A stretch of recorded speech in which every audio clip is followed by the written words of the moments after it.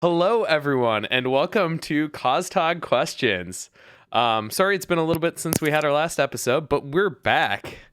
I'm posting to Instagram. That's why I'm. Oh, you're fine. Also, Mello will probably be eating eggs. I will be. Thank you. Oh my god! Nice play presentation. I know it's good. Oh, you should be on Chopped. So, for those of you who haven't been here before, this is Costog Questions. We will. The way this works is this stream will be in two parts. The first part, we'll deep dive into like a topic that we have set up beforehand. We'll get into that in just a second. And then the second half, we will take questions from Twitch chat and we will answer them, as well as some questions that we received beforehand via Instagram stories. Audience participation is highly encouraged. Oh my god, it's Paulina! Oh man. Yes. Yes, Sarah's mic is now finally set up. Andrew did it. Yeah. I feel like I'm there. Where's Damon? But yes, audience participation is highly encouraged. So if you've got thoughts or feelings on any of the topics we're talking about, we'll be checking chat. So feel free to comment. So Sarah is finally back from hiatus. She was gone up until post KatsuCon because Katsu Crunch. So welcome back, Sarah. I had to be a hobo prince for KatsuCon. It's fine. It'd be like that. We're glad to have you back, Sarah. What? I don't know I'm what glad just to be back happened with there. my new favorite friends. Mello, stop dying. We haven't even started. So today, joining us for guests, we have below me is Bear Photo Buffalo. What is happening? Blow me. I'm like, No, That's what it sounded like. No. Totally was. okay, in chat, tell us if that's what you heard, because you said blow me, and I'm like, who's blow me? Who? Where? Oh my god. Love you, Andrew. I'm sorry. Okay. This is where we have this emote for. Oh my god, we have some international friends joining us. GH's here. Oh shit, I dropped it. I'm sorry, Bear. Oh, that's fine. You mean blow me? Sorry, blow me. Below me, we have Bear Photo Buffalo, or Bear. Bear, why don't you tell us a little bit about yourself? Yeah, I'm Bear. From Buffalo, New York. Not Buffalo. That's not why the word Buffalo is in his username. No, not at all. I've been a photographer for 17 years. I started with landscapes and portraits. And I got into cosplay photography in 2016. Awesome. Well, then the other person that we have as a guest today, not below me, but diagonal to Stop me. saying, oh my god, it's that Wisconsin Below accent or me. something. Is Mallow or Mallory Marie Portraiture. Mallow, why don't you tell everyone a little bit about yourself? She's a sophisticated bitch, unlike the rest of us. Really? Am I? Look at my headphones. I don't got the fancy like you guys. Okay, this is like an $8 pair from Target. Dang, don't call yourself out like that. I literally picked them up after work. My name is Mallow or Mallory. How long have I been doing photography? Too long. Like 10 years, like seriously. I mean, yeah. So, is that all? I'm from Columbus, Ohio. I'm a Virgo. My hair's red, and I'm Team Canon. I shoot only with Canon. So, thank you. So, this I feel like this is a preview for the kind of stream you're in for today. So, oh my god! If you like them concise and well organized and everything, that's probably not what you're getting with this episode. This is chaotic. Hashtag chaotic energy. Put it on Twitter. Okay, it's like chaotic, you and me, and then the other two are like, Bear's like, why the fuck? Bear's already regretting it. He's like, I'm gonna leave. As soon as Andrew said blow me, as soon as Andrew said blow me for his introduction, he's like, I have chosen the wrong thing. Bear's face, look at him. Nope. I'm just that guy in every group that stands in the back and smiles and nods. I'm just here for the Smile good and time. Fucking psychotic I'm people. along for the ride. I'm here for the good time. Oh, you are a trooper. Okay, so this episode, let's couple things before we jump into the main topic here. If there's any guests, bye Mallow.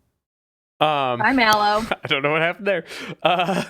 If there's any guests that you would like, oh man, she forgot her wine. That was the problem. No, I need to get my little bit of wine that's left in my. I just refilled. If there's any guests Oh that my you'd like, god! Sorry, Andrew, go.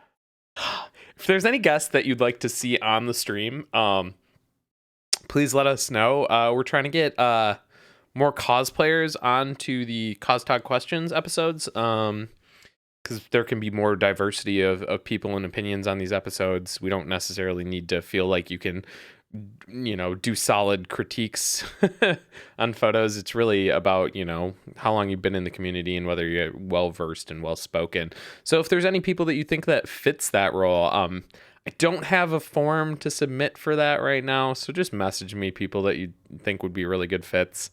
Please keep it to people in the US, not because or at least that time zone, not because I have anything against people in different, outside of the US and Canada and stuff. It's just time zone problems, and coordinating the streams is very difficult. So I'd prefer to not have to worry about that.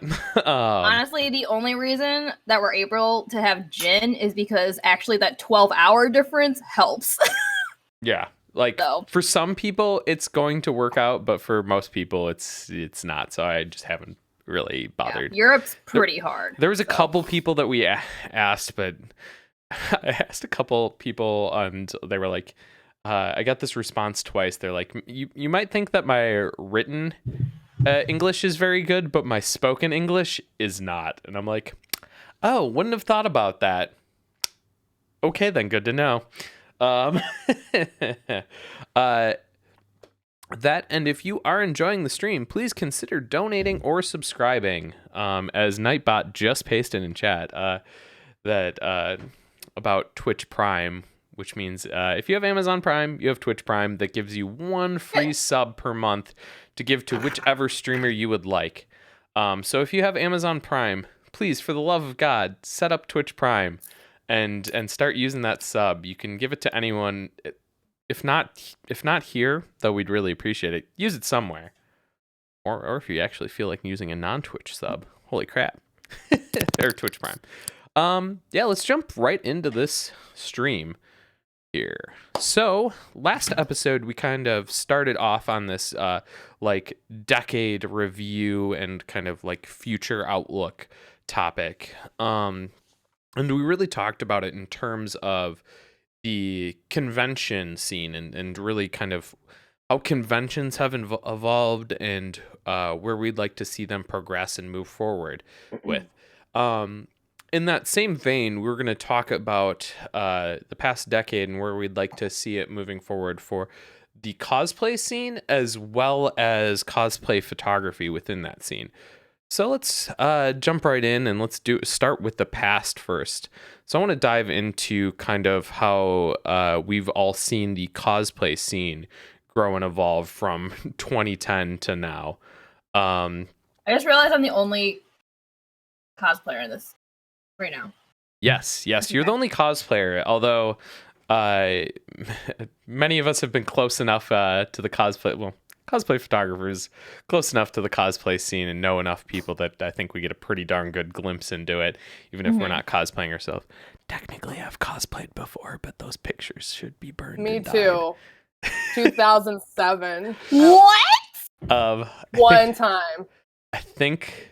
Holy fuck. Many moons ago. I think I have one thing. And Bear's cosplayed too. Yeah. He cosplayed a bear. Once or My last cosplay, I think, was in 2011, so it's been a minute. But it was in this decade we're talking about, so what did you that works cosplay? Out. I cosplayed Isaac from Golden Sun, and I cosplayed Lawrence from Spice and Wolf. Both were very, very bad. Oh. So I mean, those were dark times, so. Yeah, it was before I knew anything about anything, and they're bad. They're very bad. Aw. That's kind of what I want to talk about, though, like how Yes. that's changed in 10 years. Oh, totally. I think a lot of newer cosplayers I think they don't understand how fortunate they are for the resources that they have.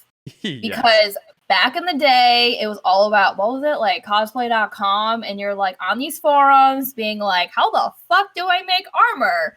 And the best armor tutorial at the time, no joke, was like, get your 1mm foam and make sure you paint it with Elmer's glue so that when you spray paint it, the spray paint doesn't like eat the foam alive because chemical reactions, those are a thing. Sorry, I'm reading chat.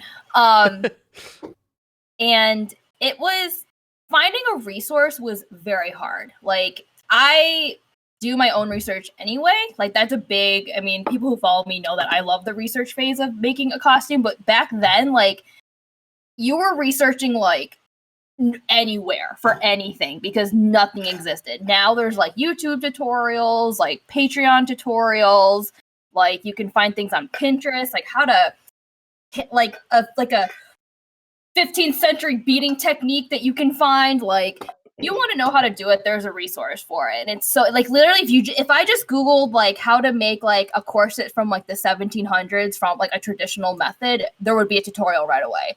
Whereas, like, back in the day, like, even, like, 5 years ago, which doesn't seem that long ago, but it is, like, you couldn't find that anywhere.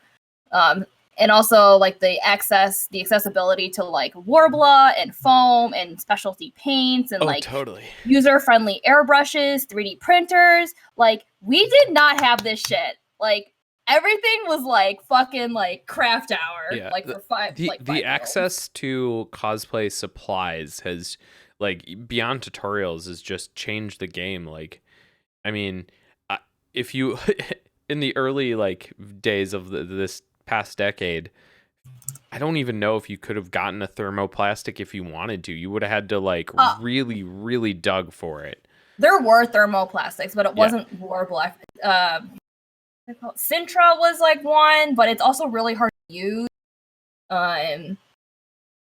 Yeah, I think that is something a lot of younger cosplayers take for granted, and I think it's misinterpreted as the older audience as being, like, gatekeeping to their techniques or being, like, snobby about it, but it's really, like, we work really hard to figure out, like, that's part of the learning process of cosplay, is doing research and figuring out techniques and, like, learning new techniques. Like when I first did the my Zelda armor, like, that can't be a couple years ago now. Oh my god. It was. No, it's not. Shut up. It was. Oh my god. So, like, when I did my Zelda armor, I literally had people in my messages being like, how did you make that?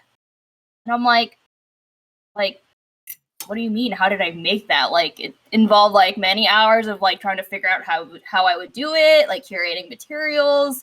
And then it would be like, well, how did you make the breastplate?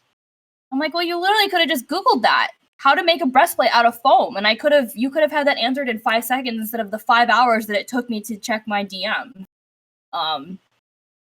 Yeah, so I think it's, like, younger or, like, newer cosplayers need to realize that, like, we're not trying to be, like, mean about it, but it's like, if you just use Google, like, literally sometimes that's what I'll say. I'm like, did you try Google? Like, you'll get an answer. It's not that it doesn't exist. Whereas in, like, back in the day, there was no method. Like, foam breastplates, that was not a thing that you could Google because it literally did not exist. And if it did, it was by, like, 10 people and you had to, like, dig through, like, page number 50 on Google search results or pray to God that it was somewhere on DeviantArt.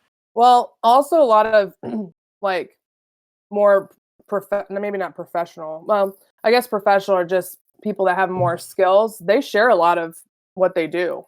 Well, that's what I'm saying on Twitter and stuff. Yeah. Yeah. Like Kamui, she has a ton of resources. And, like, I've even given that as an answer. I'm like, oh, like, I got a lot of, so, like, when I did Zelda, for example, my main answer that I basically copy and pasted to people was like, oh, I followed Kamui's tutorial and she has, like, a book of patterns and all that crap. And then I would get questions like, oh, but where did you find that? I'm like, Well, it's like even before I started doing cosplay photography, I would still go to cons, and I had friends that were cosplayers, and they would always bring me this pile of material that they found, and they're like, "Can you make this a weapon?" And I'm like, "I can certainly try." Like it was because it was before tutorials, so they would say, "This is the weapon. I have all of this foam and materials and whatever." And I was always good at figuring it out, and then people would be like, "How did you make that?" And I'm like, "I have no idea. I closed my eyes and did it." It's kind of interesting. Over the course of this decade, I feel like in terms of like armor making, at least, we've seen the evolution of materials.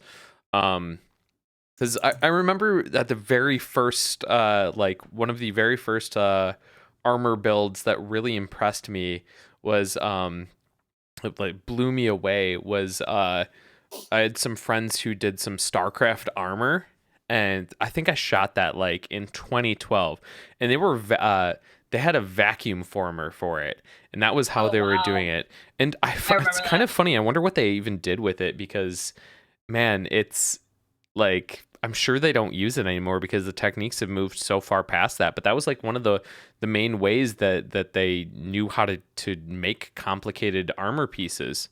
But then we saw the rise of thermoplastics like Warbler. But even now, I think that's kind of gone up and down. And not to say that thermoplastics are gone, but I think really, at least as far as I can tell, foam has really taken over as the main resource for crafting, which is kind of interesting, because I feel like that's the one thing that's been around maybe the longest. We just didn't have an understanding of how to use it. I think a lot of it has to do with the density of foam, because Kamui, early, that's where I learned it from. She introduced what they call the high density foam. Mm-hmm. And it sounds like exactly what it sounds like. So like our normal craft foam is a little more like squishy, like little like bigger pores, I guess is the best way for me to describe it. But when you like Dremel it or sand it, it just, you don't get that smooth surface because the density of it is not as like dense. I don't know what the right word. I mean, it's pretty. I think it's kind of self-explanatory when I use that word. So when high density foam and like really thicker pieces were introduced, it changed the foam game, because it's still not as dirty as a thermoplastic, obviously, but the finish that you can get on it and the body you can get with it now is so much better than our shitty 1 millimeter like craft foam for like literal kids crafts. So I think that's why it has changed a lot, was the introduction to that. And now you can get the high density EVA foam in frickin' Joann's now because of Yaya Han. What is that? So I have channel points now, and one of the rewards is called Fighting Dreamers if you spend 1,500 channel points. What the fuck does that mean? So, it's well, Naruto. Hold on. I know, but I don't know what. Fighting We're all fighting dreamers, okay? You know what's No, up. I want my Naruto headband. Ew! Oh, mine's somewhere in the attic. You get I don't know 15 where minutes of this shit. I don't know where. Wait, how wait, do you do that? I threw mine away because it cut my finger and I was mad at it, so I threw it away. It's like sharp metal. I hate you, Wolfie, but I did this to myself. So well, technically you did this to me, but whatever. When did you set that up? Yeah, dude, why didn't you tell us to get a Naruto band? Well, I didn't know, Wait, man. so how do you get We could have all done it at the same time. Channel points. It's in the chat section. I see There's it. possible so things. what does that do? You earn channel points as you watch the stream, and you can spend channel points on shit. The channel point reward called Fighting Dreamers means I have to wear this for 10 minutes. You act like it's a bad thing. I see it. It's a good thing. Sorry, Jackarufu, that I missed you in all this whole kerfuffle, but thank you so much for that Twitch Prime sub. 6 months, hell yeah. This is peak cosplay, by the way. I don't know if you know this. This is peak cosplay. Well, Geheicho said he's retiring cosplay now because you just whipped that out. No, please don't retire cosplay. I'm kidding. I know you're joking. I'd be sad. Your beautiful face. I'm just upset I wasn't told about this because I would have bought Me one. too. I could have Amazon Primed one. Same day delivery. Well, I guess now Are you for plugging in future Amazon? reference. Yeah, let me just Same day delivery. here. Let me Sponsored by let me look it up right now. Oh my god! It's I wish kind of Amazon funny because sponsored me, that's send a me that's free a shit. great kind of transition, not intended, but even just how shipping has changed the game. So my entire Demon Slayer Like, cosplay for Katsucon was from Amazon, and then I Oh, Oh, Sarah she's Oh. back. Sarah. Hello. okay, she's back. returned. I was a little worried. I'm like, is it me? Oh no. Because you jinxed it in the beginning. Yeah. No, totally. But like, man, I remember shipping used to be a process. Like you'd get something shipped, and I'd swear you'd end up like waiting 10,000. 2 weeks, 3 weeks to get a thing. So like for cons and cosplaying, you had to plan ahead so much more. Not to say that you didn't have to plan ahead, but like, Oh, they can still screw you over now. oh yeah, you can. But like, I know what you mean, though. yeah, if Accessibility it's is Amazon, so you much can better. you can get like so much more obscure things that you couldn't obtain by going to the store now and get it, 1-2 day delivery. Even from other stores, you can get them like fast. So, Yep. but Oh man, loving that Naruto band. I'm really Thanks. pissed that Thanks. I don't have one. I like how much it shines in the light. Just shing. Oh my god, I'm blinded. It's like a reflector. So now that we've kind of talked about how the just in general, like the ease of cosplay has happened, like in terms of building it, I think that transitions nicely in the terms of obtaining purchasable cosplays. Because I feel like when I started when I cosplayed for a very brief period of time, but like when I was, that 2011 time period, you couldn't just go online and purchase a cosplay. I mean, you could if it was the exact right one, but like, And if like you were playing like eBay roulette. Yeah. And now things have changed so much where you can just, for most cosplays, even more obscure ones, it shocks me at the availability of being able to purchase cosplays online. How do you guys So think? that has a lot. Go ahead. Oh, sorry. No, I you're was fine. gonna say that has a lot to do with cosplay in Asia, because I can't remember what countries it is exactly, but like, I mean, Japan, I obviously is a good example, but I know in like some parts of Asia, like cosplay is like a profession. Like they and we're not talking about like someone like like Yaya Han, who has like her own fabric line and her own like patterns and like that kind of thing. Like these are people who are like models and they're cosplay. Like they don't make any of it. They're just kind of like the face of that thing. Like, they're usually sponsored by. yeah, I forgot. Company. Spiral Cats, like they're very big right now in Korea for League of Legends or whatever. Like they're professional cosplayers. But they're like a little bit of a special thing. But like with the increase of like cosplay as like a profession over there, we should say that very lightly because this is not a sustainable profession anyway.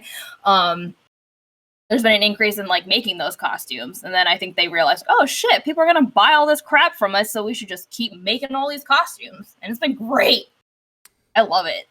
Oh, totally. Like, it kind of blows me away. Like, recently my wife did Ryoko cosplay. Cosplaying from a show that was popular like 15 years ago, but now, by all considerations, is pretty much an obscure show.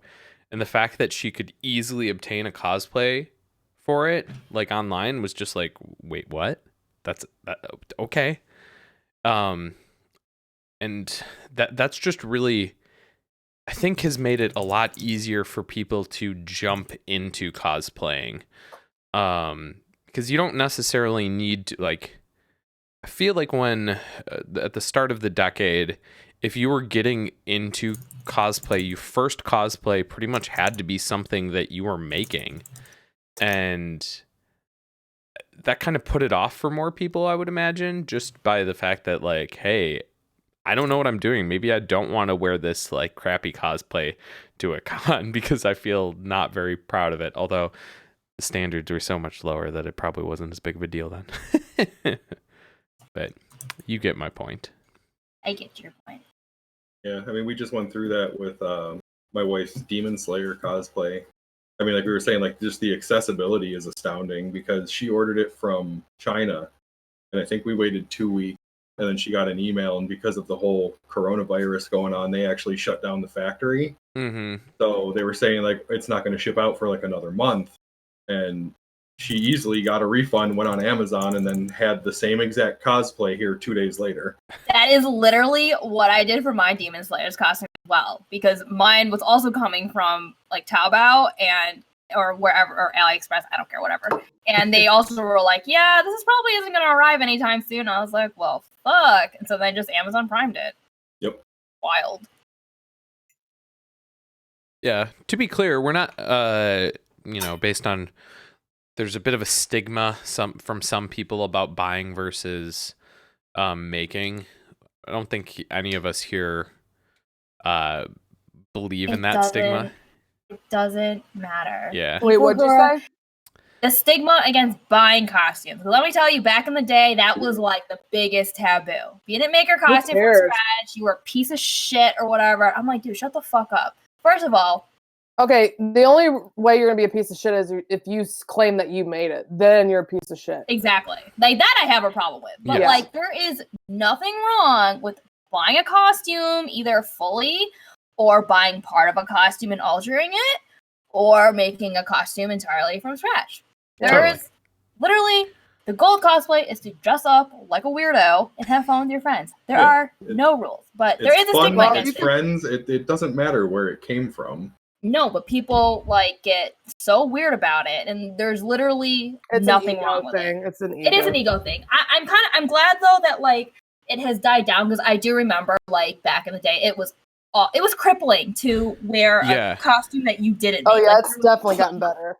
Oh yeah, it's way better. Now I don't give a fuck. And for people who can't like afford to make a cosplay from scratch because it is very expensive, or you just don't have the time, or like just aren't good at sewing, like it's great. It's interesting because I think that switch has happened purely based on accessibility of purchasable cosplays. Because if they were still like not as common, I think there would be more of a stigma still, or at least I think there might. I think it's an attitude of the community too, which that still needs to be. Yeah. We can dive into that in a little bit. Time to get spicy. But I need alcohol first. I need alcohol first. Oh, after the poop break, we'll have to go. I'll chug a half a bottle and then we can get spicy.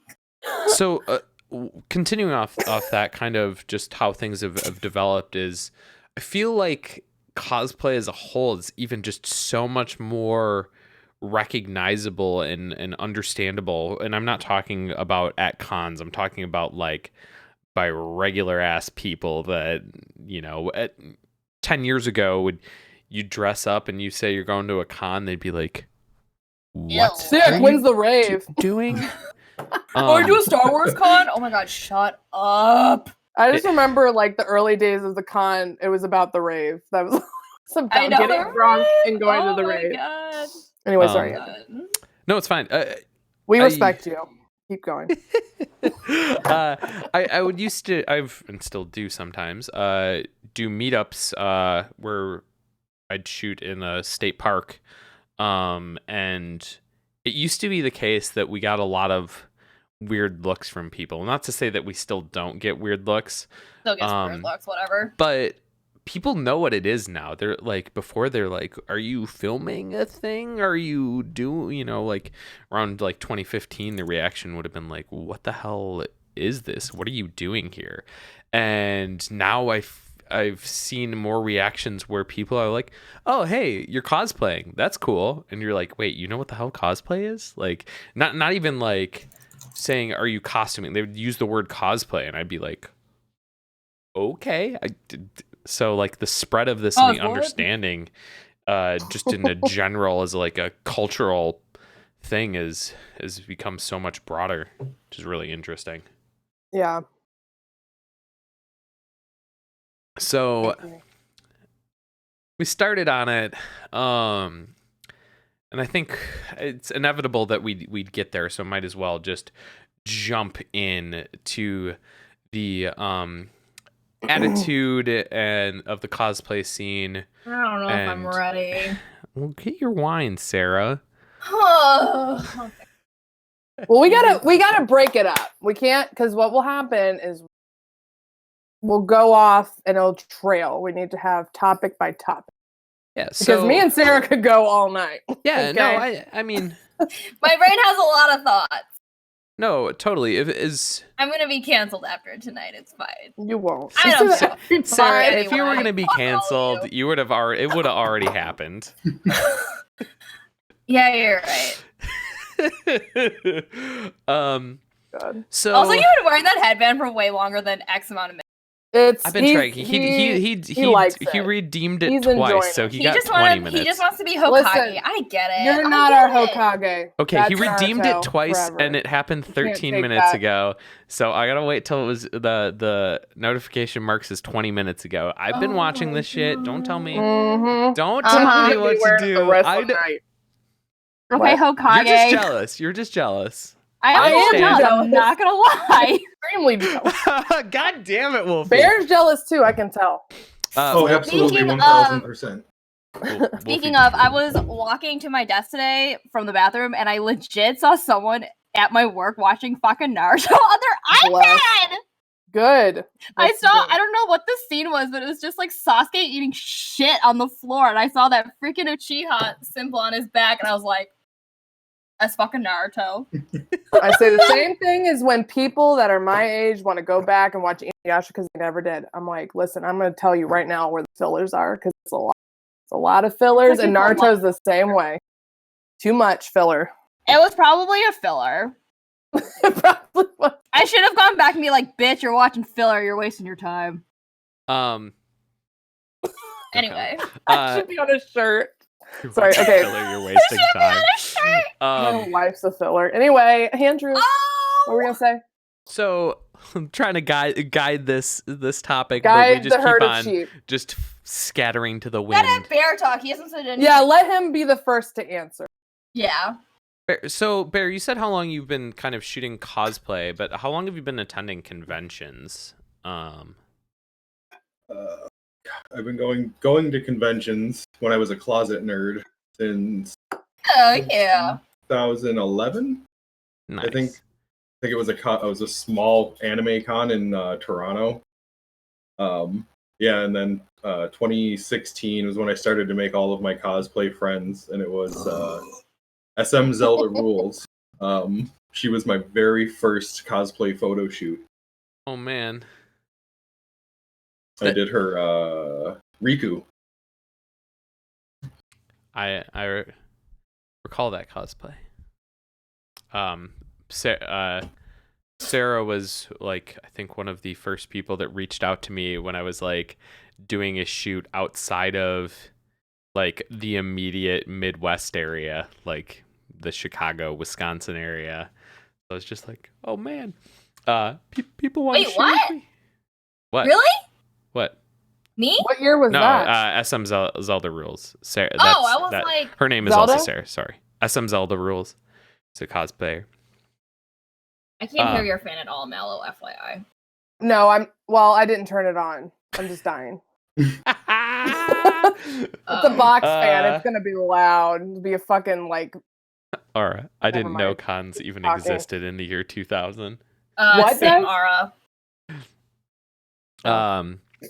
So do we want to get into kind of how the attitude of the cosplay scene has shifted, or do we want to bookmark that and get into that a little later? Because I Maybe can- later after Later. Okay. After the When I've break. warmed up. We'll put a bookmark in that, and then we'll transition to kind of the same context, but for cosplay photography. Since that's a topic I think we can all kind of talk with a bit more authority on. I was like, I've talked enough. So does anyone want to start off just kind of like talk about this, or should I give it a... I mean, what are we talking about? And no, it's very open. The past decade of cosplay photography, what have you noticed have been the major changes or developments? Bear can go first. Because he hasn't talked a lot. When do I ever? It's all right. Yeah, I mean, like I said, I've only been in it since 2016. But I mean, seeing it before then, I think, the accessibility to affordable cameras, the accessibility, like we were saying, to materials where more people are cosplaying, they have the access to it. I think, I mean, the cosplay photography world has just grown so exponentially, and I've met like so many people that, when I started going in 2011, there might have been like one or two photographers walking around the con, and they were just taking very basic like handheld shots. It wasn't like the art form that it is today. It was very much just like, oh, I have this camera, let's go take pictures of people's cool costumes. And now it's a genuine art form that people put heart and passion into. You used to, like, from the cosplayer side of it, get so excited that you'd even get your photo taken in like a hallway photo, like at all. And I remember there was this like scramble, like after the con, you'd be perusing every site imaginable to try and find like, ooh, did someone take a picture of me? Oh my god! Oh, I missed that. It's like one of those like weird like Stockholm syndrome kind of missing, where it was actually kind of like a terrible kind of experience in terms of like, well, you didn't know who took your photo and you had to search for it and you don't know if you'd even find anything, but there was just some like so much joy. That was part of the fun though. Yeah. It was like it's hard to say that it wasn't an enjoyable thing, but that had joy in it, if that makes sense. Because it's so much easier and quote unquote better, but it's lost a little bit of the mystique, if that makes any sense. Yeah. I think what that did is, this is just kind of my opinion, and this is kind of like sort of a downer. I was like, Bear's comment was like so uplifting, and mine's just negative. It's like, I've been in this for so long, and I think I also come from the cosplayer side too, so it's like I have both perspectives pretty vividly.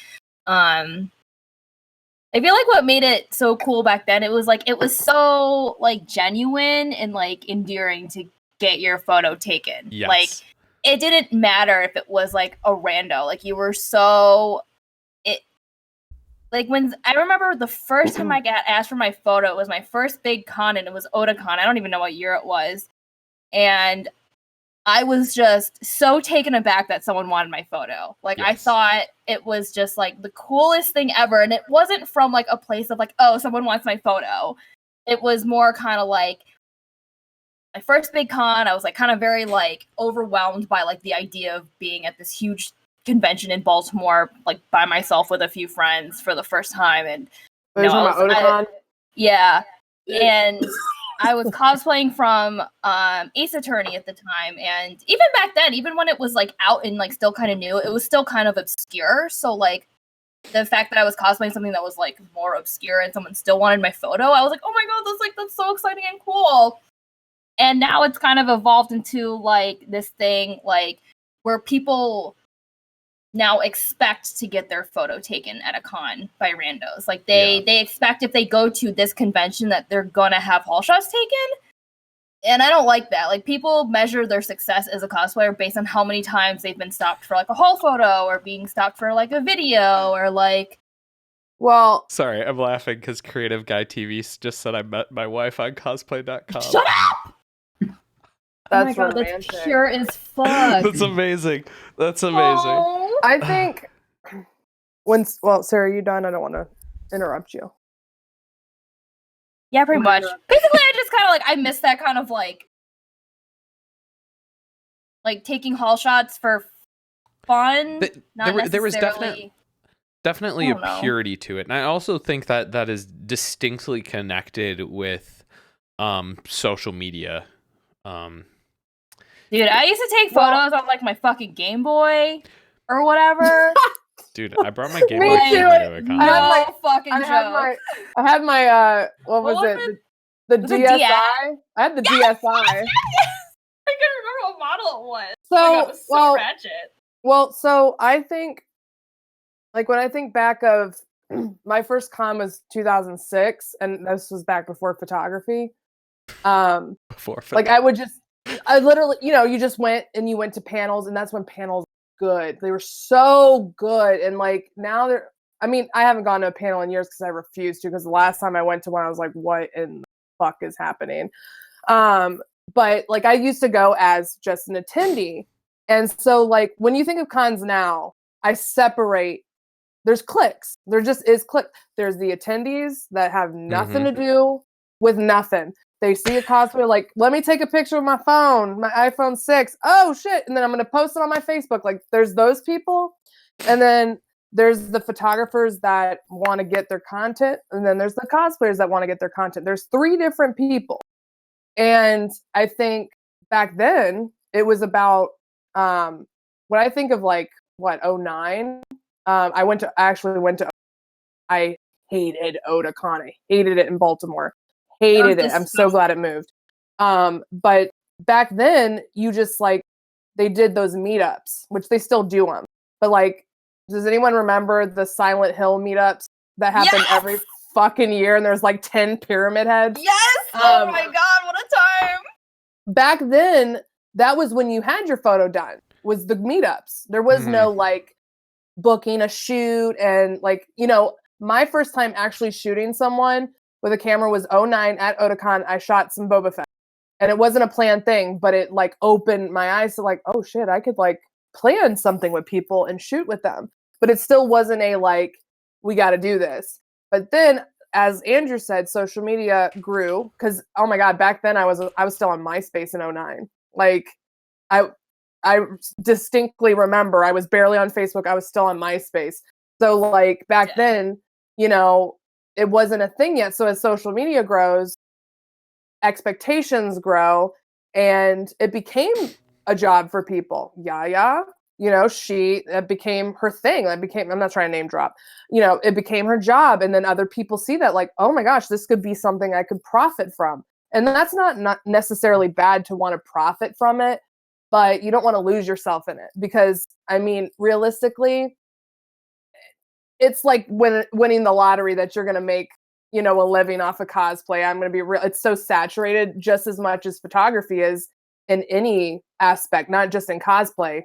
But, I think people got too hung up on, oh, I really enjoy cosplay, and so I can earn something from it. I can profit from it, it doesn't always have to be that way. It could just be like it was back then, just, you're posting stuff because you love the character. But I think people lose that. Now it's oh, Demon Slayer's out. I got to get this out. I don't even fucking know this character. I don't even have a connection. I got to get him out. Got to get it out. Got to get it on Instagram, and I'm not hating on that, but it's not the same as back then where we didn't have Instagram and stuff, Well, I was going to say that God, I'll go. There's this weird expectation that and I think this is another problem with newer cosplayers and younger ones. They're coming into it with the because there's so much of the Patreons and the coffees and the your print stores and all this shit. And when they come into I can't imagine being a new cosplayer coming to the scene. I think I would be so overwhelmed. I wouldn't even know where to start. And I think a lot of this is just my opinion, and this is a hot take, whatever, don't care. I think a lot of younger cosplayers are coming into it with the idea that they need to go into it to make money or have some kind of income from it. That's that's human nature, though. Is That is human nature, but like when people started cosplaying like 10 years ago, like you weren't starting when it wasn't a thing.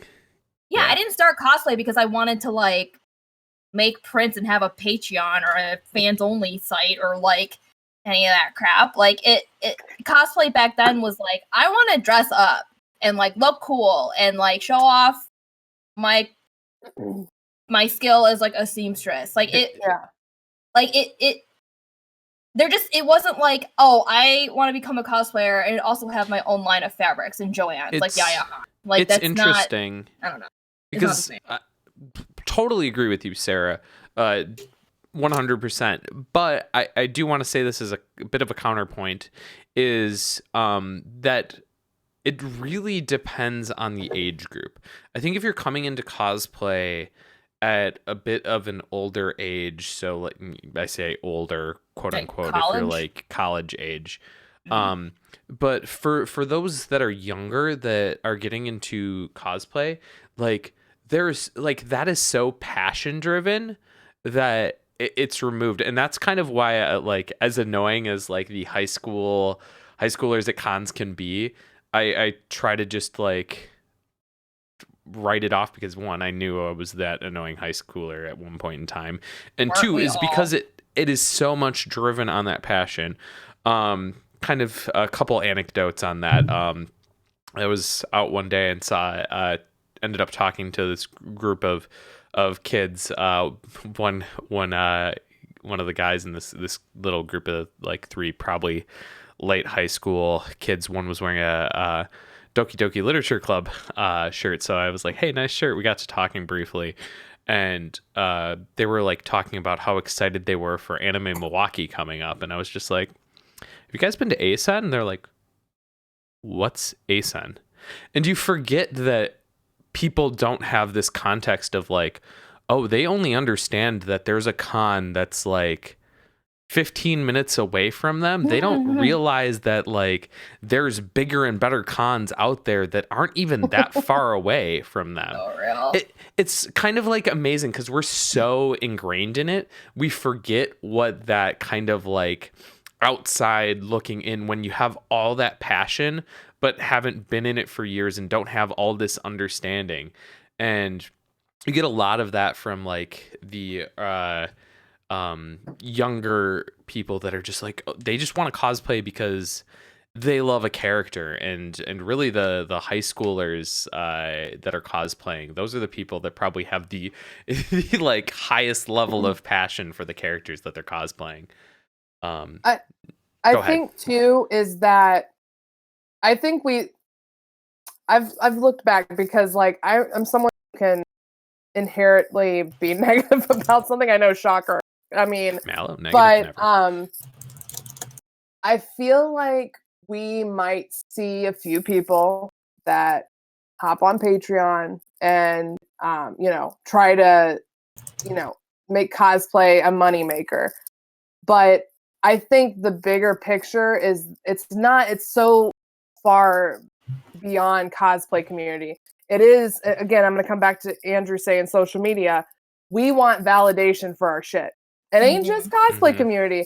The Instagram, I have talked to, and I just bring this up, I know it's a little off topic, but just to put in perspective outside of our own community, because I feel like we get stuck in it a little much and forget about the outside world. Travel bloggers or vloggers or whatever I guess it's bloggers on Instagram, the ones where you see like the model and it's all of like New Zealand or Switzerland. It's like super, it's photography, but it's like it's not cosplay. And I've talked to one of them before, and they've got, thousands of followers, and they were talking to me about the drama within the travel Instagrammers. Oh, I remember that.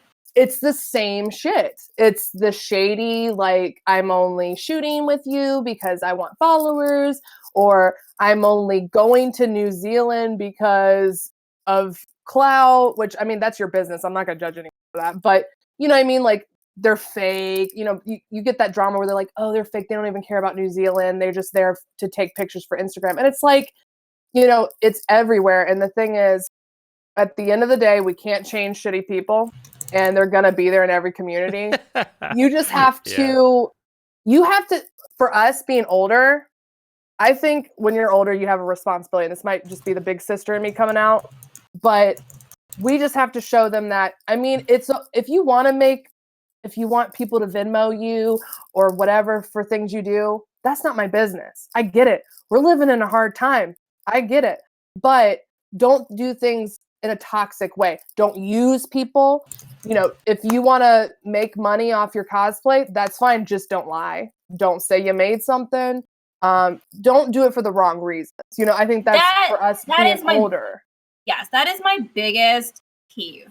And I've said this before to my following. Like, I don't care what you do. Like, you're not hurting anyone. My problem comes from people who aren't being sincere. So I know of, like, I don't know them personally, but like I follow cosplayers who are into making something because they want to learn how to work with leather or they want to learn metalworking. So they're like, you know, I don't play Legend of Zelda, but I really want to dress up as Link. But I want to dress up as Link because I want to learn how to make my own chainmail. And I'm like, oh, that's valid. Like, you're a crafter, you want to learn a new technique. That's great. What I don't like is when people are like, oh, I love Zelda, and they only love it for a week because they know, like, Breath of the Wild reunion is today. So people who are like, oh my god, I love Breath of the Wild. I'm like, you only like it now. Shut up! Yeah. I'm glad that's going to be on the internet forever. Who said that? Who did the Korok noise? That was me. Oh my god, I'm dead. It's been 30 minutes, by the way. But where I'm going with this is that I think it is with like the increase in like of accessibility to cosplay and like whatever. But like I said, you can do what you want, cosplay what you want, but just be sincere about it. If you're literally into it, like literally, if you said I'm cosplaying from Demon Slayers because I know it's popular right now, it's great, but don't pretend that you're going to talk to me about it and like you like it when I know you're just going to move on from it a week later and move on to the next hot anime or game or whatever. Bear, what do you got to say about this shit? Fuck. I mean the thing I've noticed recently that I have. Hush up, Bear's talking. We finally get Bear starting to talk, and then you guys just explode. Jin's awake at, I don't know what time it is over there. 8 in the morning. Okay, it's not that early. Bear, we respect you. Bear, we respect you. I will remember this. Oh, I already knew she was coming in because she was like, I'm coming. Welcome. Stuff Bear. Why redeemed another 10 minutes. In case you're wondering, just keep talking over the Bear. Please talk. Bear, please talk. So, we're sorry. Anyways, we're like this. The trend that I've noticed recently that really bugs me, because we've been talking about numbers and followers and clout and all that, is people who are trying to make a living out of this or make money on cosplay, taking advantage of photographers because of their count. So, like, I've noticed some people, and not everybody. But I've noticed some people saying, you know, I want to shoot this stuff. I have this many followers, so shoot this set for me. And they're profiting off it. Like, they're selling it on Patreon or OnlyFans, and they're profiting off of these photos and not paying the photographer. You know, they're paying them in exposure. We don't do that in this house. No, you don't pay me in exposure. But the problem is pocket change that you're paying me right now. Yeah. But the problem is there's so many new photographers and so many young photographers that they'll do it. They want to make a name for themselves, and they're letting somebody else profit off of their work. Look, your 5,000 fucking likes on Instagram don't mean shit to me. Yeah. What if it's to a new photographer, 5,000 likes is like, fucking pay me some money. Yeah, and I mean that's where I'm at. Is like, fuck you, pay me. Ratchet. Okay, exposure don't pay for my triple. Exposure don't pay for my new lens that I want. Yep. Bear's got to completely switch camera systems. I need that paycheck. Shut up. Oh my god. It's funny because like, yeah, I feel like I'm fairly removed from that, but I think it's because I have removed myself from it and like from what the exposure nonsense and I think it's all bullshit. But I think okay, no, but like, but people don't approach me with that kind of an attitude. Like whether it's they understand what I'm about enough now, or maybe you know. Well, I think it also has to do with like we know people. I mean, I literally don't know how to say this without it sounding. Yeah, it's gonna sound that way. Just say it. Just say it. It's gonna sound bad, but you just gotta say it because we all know what you're We've gonna say. all worked with people who have a big following. Yes. But they respect us as photographers, and they don't expect us to shoot them because they will they will help expose our work. Yes. But also at the same time, just because they have a big following doesn't mean they're not ignorant.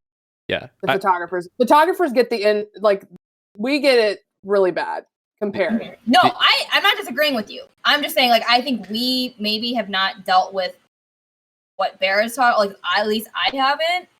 Because I've experienced so many cosplayers that are so fucking rude because they got some ego about their following. I'm like, oh wow. But you still working at Starbucks. I see that you're still working at Starbucks, so your following means nothing. You're disrespecting another human being over following. That means nothing. Here's the real thing. You're a cosplayer. You don't mean shit to in the grand scheme of the universe. We're just a bunch of nerds trying to enjoy a hobby. It does not matter. Absolutely it. 3 million followers or 300 followers. And like Ara said, like pay artists. It's true. Like, and I know this is the last thing I'll say because I know I'm kind of trailing it off, Andrew. But it's one thing I will say about photographers is these. I don't usually experience people that are like, I'll pay you in exposure. I've had that happen once. That's not the norm. I've never had it in cosplay. But the biggest thing I want in this life is, even though I undercharge, I still undercharge. I'm telling you, y'all, we all I undercharge. Ooh, should we talk about that topic? Ooh, spicy. We can move on to that in a second, but I have one thing I have thoughts on that. Yeah. Okay, we can get to that, but I have one thing I want to quickly. Okay, wait, I won't say anything then. We'll wait. Okay. Just to roll back on the exposure side of things. I was like, is it almost break? I have to pee. We're getting close. I think the pricing topic will be where we end this thought process. But no, what I wanted to say here is that the exposure thing can. Are you having a hot flash over there? I'm metapausing like 30 years early. Mel, stop. No, the exposure thing. I'm not trying to say it can go both ways because I don't really think it quite does. But what I do see in cosplay photographers is when a photographer shoots a very popular cosplayer and they get home from the con and they edit that photo right away before everything else, not because they're passionate about it, but because they want to get the most exposure from it, and they know this cosplayer is popular, and they're like, well, if I get this edit done first, they'll post it first, and it'll be their first picture of their new costume. Everyone, I see you cosplay photographers who get home from Katsucon and edit photos of Jessica Nigiri first. I fucking get it. Like, I know what she's about. Like, so the name drop. Got him. No. Let's be clear. Like, some people are editing. It's real. Yeah, some people are editing that stuff because they're passionate about it. But most people, when their first set of photos, like a day or two after the con, is of the most popular cosplayer you can possibly be, I know what you're trying to do, and it looks really shitty. It's hard to figure out where the genuine. Well, and that would have been like I was with Sarah and I got pictures of Yaya. That would have been like me coming home and fucking posting those. I have bookings, even though that's on the side. Like, and I usually ask permission before I post my bookings online before they get their photos. That would have been the same thing. It would have been so obvious, you know what I mean? Like what Andrew's saying. It's just, why would I post that first when I have bookings that I can post? I didn't know where this was going, but I feel a little called out right now because I edit while I'm at the con. Well, no. That's fine. Like, Yeah, but I'm you not talking edited about a client. Yeah, I'm not talking about You edited speed. a book shoot. I'm Well, that's what I talking was saying. I didn't know where this was going. I was like, is he calling me out right no, now? no. It's Oh. not. It's not about speed. It's about speed with the context of who you're editing. When you like literally your first post right after the con, and the set you got to was the most. You went out of your way to shoot with the most popular cosplayer that you could contact or find or get a hold of, and that's who you get the photos posted of first. It feels pretty clear that your goal out of this, like your passion, it's not about passion, it's about hopeful exposure from getting these photos done. But even if that wasn't your goal, like let's say I just did it because because it was one of my favorite, like legitimately was one of my favorite photos. It's what it looks like. Oh, yeah. Totally. Like timing, who the subject is, what they're wearing, like even if your intentions were and most of the time you can read that. Like let's be honest. If you're some like let's just take this for example. Yaya Han, she did some Fire Emblem cosplays at Katsucon. Sarah, it's very clear how passionate you have been about Fire Emblem. So if you go and you God, really? If you edit a photo of Yaya Han's Fire Emblem cosplays first, like that doesn't mean that means Sarah's shady. Contextually, you can read that enough to know that isn't where you're going with it. When you do that and you post the cosplayer that's... We can all use our brains. We can understand situations. So that's all I'm trying to say with this. You hope with everyone's one singular brain cell. I hope most people have you have a little too much faith in the community, but... Yeah. I mean, when I edit, the most important thing in my mind is the paying clients. I want them to get their photos first because they paid me. Katsu was a little different. I edited and posted some photos because Katsu ended, and then the Fire Emblem issue of Cosplay Realm was coming out, so like everybody was scrambling to get their Fire Emblem photos edited before the deadline. But I mean, I usually edit in the order that paying clients have booked. Yep. So even if I had, I didn't, but if I shot with like Jessica Negri, those photos would still be sitting there because I'm not done with my paid clients yet. That's because you have a brain. Well, and some common courtesy. We can, unless we ask the person, and then they could can't really ever tell if they're really interested. But that's the thing is, like, most of the popular cosplayers, they don't dress in anything I'm interested in. You know what I mean? You shouldn't post something just because they're popular. Like, it'll show in your work. It does show in your work. I've seen it. And, I think you should do it for the right reasons. But again, we can't police everybody on what they do. We're going to have shitty people in the community, but it's our job to show younger people, and this stream is extremely constructive and inspiring for people that are younger watching it because they are listening to us older folk that are, saying like, we acknowledge these things. This is what's happening. Because I think a lot of times they just need people to say something. So, the stream, I think, helps a lot to kind of pinpoint these behaviors, because if not, they just kind of follow, what everyone else is doing. Mm-hmm. We can't really stop the dickwads that are our age doing it. Sorry. But, we can prevent younger people feeling like, oh, I have to take pictures of shit I don't care about because they have 500,000 followers, or I have to make this armor that I don't care about from this anime I don't care about because it's relevant. It's just stressful mentally, and it's not. Let's bring it back to fucking 08, 07, when it was like, you dress up as Inuyasha because you loved Inuyasha. You didn't care if everyone else was like, who are you? I brought this up in. Go ahead, Sarah. I actually brought this up in my interview. You guys want to check out the new issue? One of the questions was like, how do you balance having? How do you? It's about Fire Emblem. Of course, I want to be in it. Okay, plug it, girl. Plug it. Okay, go. Is one of the questions was like, how do you balance having like a 9 to 5 and do cosplay photography and be a cosplayer and still be passionate about it? Because let me tell you, I wasn't for a while.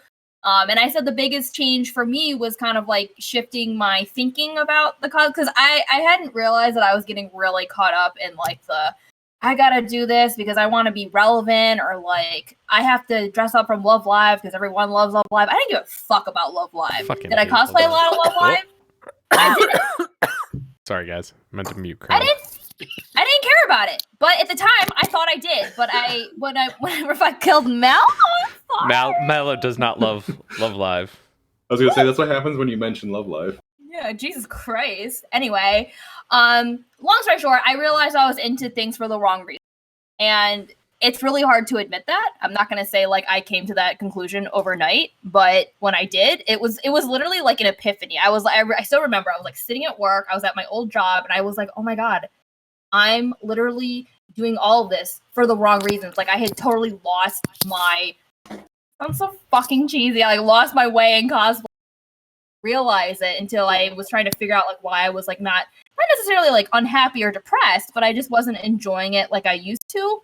And what I've brought up multiple times, like, you know, online as well, is when I started switching to just only doing things that I like. So like that means shooting content that I'm interested in, or cosplaying from things that I am really invested in, whether that means I have a group or I'm doing it by myself. It doesn't matter, because for me, I want to have fun and I want to enjoy my craft. Like a really good example was Katsucon, where like there was a big Fire Emblem day on Saturday, but I decided to do it on Friday because I know on Saturday my anxiety would not be able to handle it, and I cosplayed by myself, and it was fine, and I still had like a lot of fun, and I didn't let like the fact that I wasn't doing it when everyone else was doing it like ruin my time. Yeah, so I encourage people to kind of like reflect. It's a healthy thing to do. Take a step back, like ignore all the numbers. I'm sorry. I'm just laughing at Mallow trying to eat carrots quietly. I know! Good luck! Can you hear me crunching? Crunch. Yeah, I heard Why just. am I eating the whole bag? I just heard one like good just crunch. Well, I was choking and went into my bathroom because I didn't know if I was gonna die, and I came back. I'm like, ooh, carrots. So I got carrots. Sarah, that was very well Sarah, put. I'm sorry that we. You inspire me. I'm just like, I'm not being sarcastic. No, I know. I just like it just frustrates me when I see people, because I know you can tell when someone is not digging what they're doing. Like it is so obvious. It doesn't matter how many times you say like, "Oh no, yeah, I love cosplaying from World of Warcraft," and you see them in the photos and you're like, no, you don't. You had no fun making that. You had no fun wearing it. You can tell by like, it's not even like you have like the dead fisheye look. Like you literally look like you are not there. Like it's so apparent when you're not passionate about something. And it sucks when something that's supposed to be fun and like a place to learn and like develop like friendships and stuff is being like misconstrued from like by number. Who gives a fuck about these numbers and these algorithms that we have no control over? Do any of us work for Instagram or Facebook? No. Like I hate that people measure their success on luck of the draw. Like it literally, your post can pop off based on what time of day and what day of the week it is. Honestly, that's why we all need to go to TikTok. Honestly, too, Instagram. I don't know how to TikTok, but Instagram is you could have so many more likes just purely based on when you started using it. Like, because it used to be so much easier to get likes, so you could get. But that's what I'm trying to say. It doesn't matter. Totally. It doesn't matter like when you started Instagram, whatever. Like my like I get more joy like when you three like my work versus 300 randos I don't know. Not I remember I liked your work and you messaged me and said, "Stop talking to me. I hate you." So, no, but then you don't misinterpret this. I love my followers because they're the ones who keep me going. But at the end of the day, like when Mallow likes a photo of mine, I'm like, yay, Mallow. She's like, "Don't talk to me." That's a mood that I feel, because even like Sarah, like you and me have gotten like kind of close over the last couple whatever, And like still, like I don't care. Like if I post a picture and it gets, hundreds of likes, once I see like, Sorairo-Days liked your post, I'm like, Sarah liked my photo. Like It's that's, so like, true though. I- Like when friends like it, you're like, Oh, but I would let's agree. all agree. When Vontography likes it, wah wah. We love you, Andrew. We respect you. Have I said that yet? We respect you. Okay. Quick thought on that. Also, I feel like I enjoy it so much more when someone leaves a comment with like yeah. anything even remotely meaningful. That to me Oh, yeah. is like, makes my day. yeah, it's like 100 times more valuable than a like. Like one comment is the equivalent of getting like 1,000 likes. Yeah. Like I could have like 5 likes on a photo, but if I have comments, like that makes my day. So Yeah. I want to transition to the thing that Bear wanted to talk a little bit about before we go on break. I know we're going a little over the hour that I have set for this first half, but we all knew that was going to happen. Yeah. There was just so much in what we set up for this topic that I knew that this was I'm gonna happen. tired already. But I'm I ready wanted to go. to transition it to talking about money in terms of cosplay photography. And Bear, why don't you lead us off in this topic, because I think you had a decent amount to say, and I'm gonna let the bear free. Well, Don't choke on stream. you made her choke again. At least she's not below me. Yes, fair. Um, Yeah, I mean, we all know that all of us on this screen are underpaid for what we do. I'm about to do some straight up math right now. Yeah, I mean, like from when I do or used to do weddings or fashion or portraits, I mean, the amount of work I would put into those to the amount of work that I put into the cosplay photography, I mean, we are all severely underpaid. I think the community is getting a little better at appreciating the cost. Within the last year, I've upped my price. I've gotten into, I guess, the higher tier of pricing for cosplay photography. Because I used to think like nobody wants to pay for this. Like this is just me having fun, and if people want to pay me, whatever. And then through some tough love and blunt honesty, I realized that I was basically, not being used, but I was basically doing a service and working and stressing myself out and basically working a second job for pennies. But yeah, no, I totally. mean, with people, I mean, there's people like Ara that genuinely appreciate cosplay photography and they see the value in it, and even being in that higher tier, they're still like, I would pay you more because you deserve it. She's a Burbs, precious bean. Burbs Wait, can I do the math? I was gonna post this on Twitter, and then I decided not to because I just don't want to get banned from the internet. Because literally, I did this. I'm not kidding. Like 3 or 4 years ago, I did a very like broad price out of what. Because this fucking discussion comes up all the time. Sarah, and I almost got banned. What? 1 second. This will transition nicely into your spiel. Burbs asked the question of, for someone who doesn't know. We'll get to this in a second, Sarah. It'll be great. It'll be great. Just hold on for 1 second. Burbs asked the question of, for someone who doesn't know, what is the pricing tiers for cosplay photography? LOL. So all over the place. It's wild. Dependent on photographer. Yeah. It depends on who you're working with. It depends. Sometimes it's free. But yeah. Better not be. Okay. Nope. Okay, anyway. But the range can be like, I've seen, $10-$20 being charged. You still see $10-$20. Oh, in the Midwest, shoes? absolutely. Oh my God. How is that shocking, but free isn't shocking? I would like to know. Oh, I've seen free. I've seen free. Yeah, but I mean, I do shoots for free. Like, whatever. But like, so we've got that as maybe the super low tier. Then the lower tier is probably like $50, and then probably the mid tier is like around $80 to $100. In the Midwest. and then probably the upper tier I'd say is 150 to 200. So that's where I'd put the range of cosplay photography. Your return is vastly wild too. Yeah, it depends. There's photographers that are like, 100, like me. I charge typically $100 for 6 photos. I'm about the same. Yeah, and then there's photographers that are like $20, 15 edited photos, and I'll give you all the raws, and like it's kill me. So that like literally destroys my soul. I've seen like $20 for like 100 photos. Yeah. Yeah. And I mean, with that, you also have to figure with the less they the less they charge, and the more you get back, expect that amount of quality. Like you're gonna get raw or like just unedited JPEGs from their camera. Yeah. And I don't necessarily think that paying for a cheap photographer is inherently bad, as long as you have an understanding of what you're paying for. Yeah. Because if but I think also people don't know how to charge.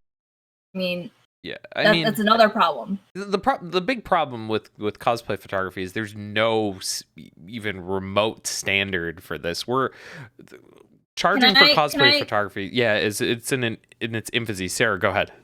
Okay, I've mapped this out like a million fucking times. So the average amount that because I charge hourly at a con. Okay, yep. I mean that's how I usually break it out.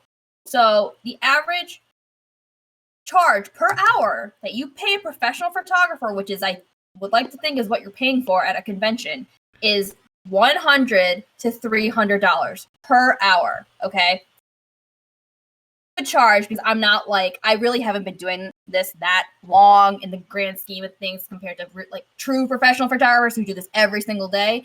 I would charge $150 an hour. Like if someone was reaching out to me to my personal email, I'd be like, great, you want me to take some engagement photos? That's going to be $150 per hour. Great. Well, and I think too. Oh, sorry. Go ahead. Sorry. Okay, let me just finish this real quick. So if I map that out correctly, so $150 an hour, so it takes me, I do a 30-minute shoot, so that's $75. And then it takes me 30 minutes to call because I let my clients choose. So calling for me takes no time. That's another $75, so that's $150. Then I take $150 per photo because it takes me I deliver 3 finished photos and it takes me roughly at least an hour per photo. Okay, so it maps out to being like $600. Okay, is what you should be paying me as a photographer photographing your outfit and giving you 3 high quality images that you get to choose. I don't even choose them. You get to choose what I edit. Okay, $600. What I charge at a con is $120 for that same amount of time. And you know how much that is? That's what is it? That's like $25. $25 an hour. I thought you were $100 for 3 images. No, I upped it recently. Oh. I'm $100 for 6. So let's just talk about this. Okay, go ahead, Sarah. $25 an hour. Yep. You are paying me $75 less than the minimum that you should be paying a professional photographer per hour. So, well, and the thing is too, I think it's subjective because I think what Andrew charges for 6 photos is outrageous. I think so too. Will forever think it's stupid that you only pay that much. I don't want to debate, but I think it's stupid because it's you're not enough money. You do high quality images. Oh, totally. Like, let's be clear. I'm of the complete understanding that my time and value is worth more than what I'm charging. The problem is one, we're in an industry, if we can even call it that, where our clientele doesn't have a lot of money. Okay, do you want to know why though? This is my personal opinion again. Okay, you go ahead, and then I gotta go because I have someone in the chat. I want to answer their question. Oh, okay.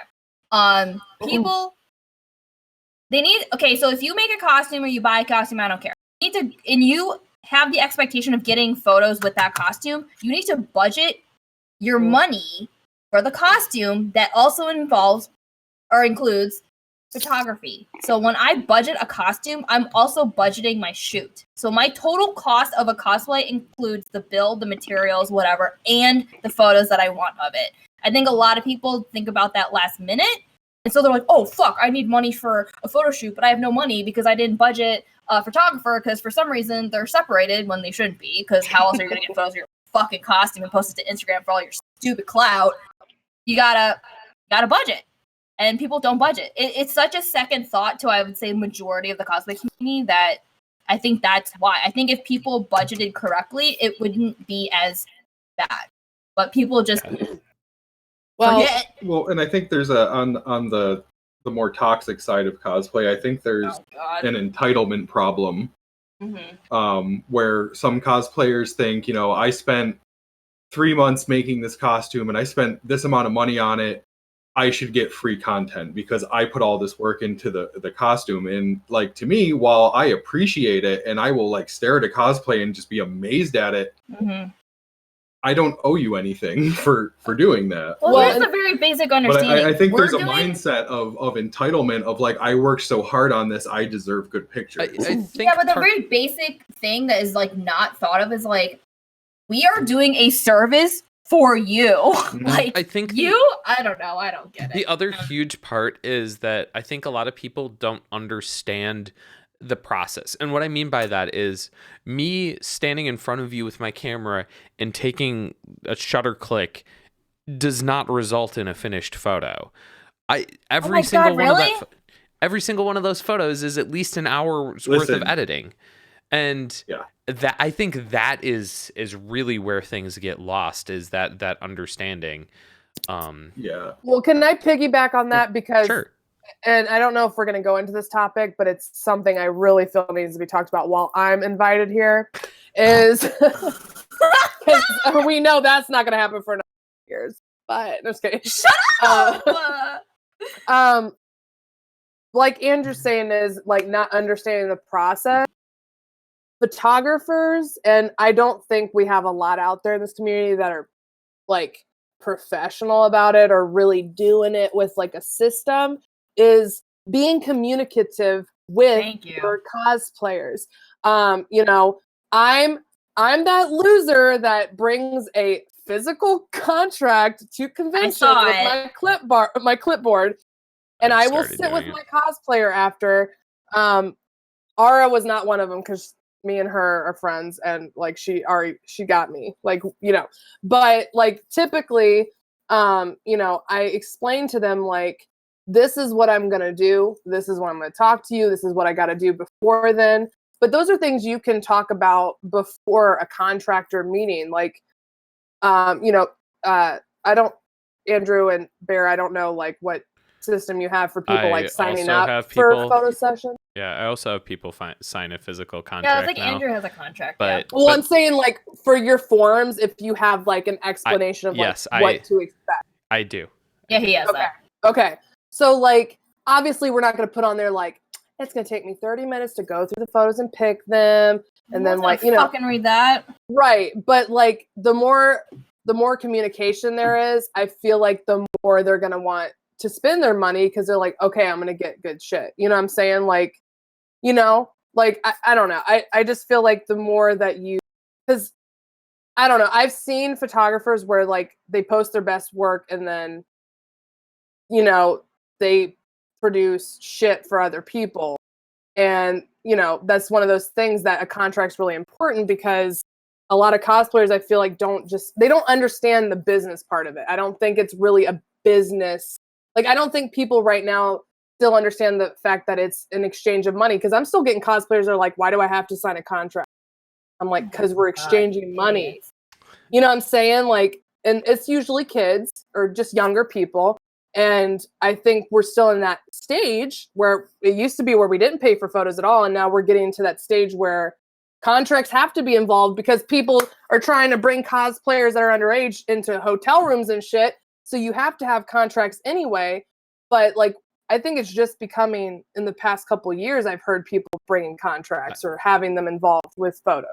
We absolutely should have them, because it makes the photographer liable for fucking up. Yeah, I have a contract now because I had some cosplayer that screwed me over, and because I have a verbal agreement and make them agree to something when they sign up, but like how far that going to go once I have like a contract that really like, I was just like, okay, I've been putting this off. I didn't want to have to do this for cosplay photography because it seems like overkill, but frankly, like I don't want anyone can bring you to small claims. Yeah, no, I don't want to have that like it only takes one asshole. So even though go ahead, Bear. Go ahead.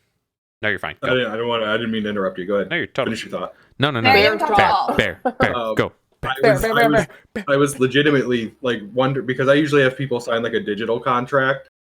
But I was sitting there the other night like, should I start bringing a paper contract? And I was like, no, nobody does that. I would be weird bringing a paper contract. I'm gonna leave. Okay. Well, no, but now I just know that maybe I should start bringing a paper contract. Let me explain this. Mm-hmm. I can't deal, excuse my language, I can't deal with the fuckery of trying to teach people how to look at a PDF and how to sign something digitally. And I'm just old fashioned and I feel like I'm just going to bring a paper.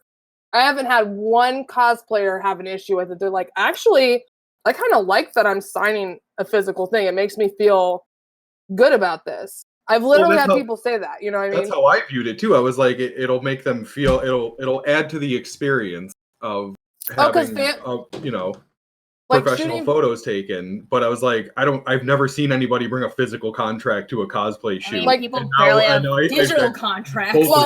Most of the time for wedding photographers and stuff, not everyone. I'm not going to speak for everyone, but wedding photographers, family sessions, they bring a physical contract. They meet at a Starbucks. Mm-hmm. They talk about it and they sign it. Yep. When I did wedding photography, I always had a physical contract, but I've never seen anybody in the cosplay world portraiture stuff bring a physical contract. Yeah. It is harder at conventions because you're having to find a space where it's chill and you can do it.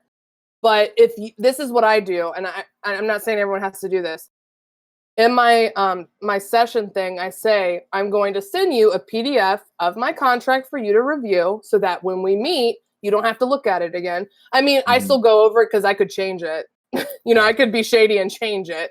And then, we sign it, but I tell them ahead of time we're going to have to sit and talk about it. So my thing is in my sign up form for paid shoots.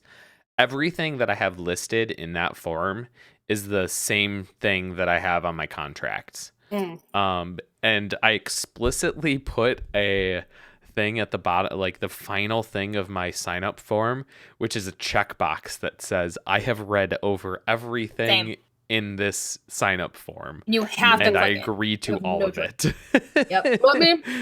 Let me also say, doesn't mean people do, but you'll meet a lot of people that don't want to pay you what you're worth because they're 19 and they're asking mom and dad for some money because they're trying to get to the con. But Ara is a very good example, like you said, that respects people's time. And over like this past year and a half, I've met more people like that. And I think also that's what's going to make people want to spend money on you is how other cosplayers, how their experience with you is.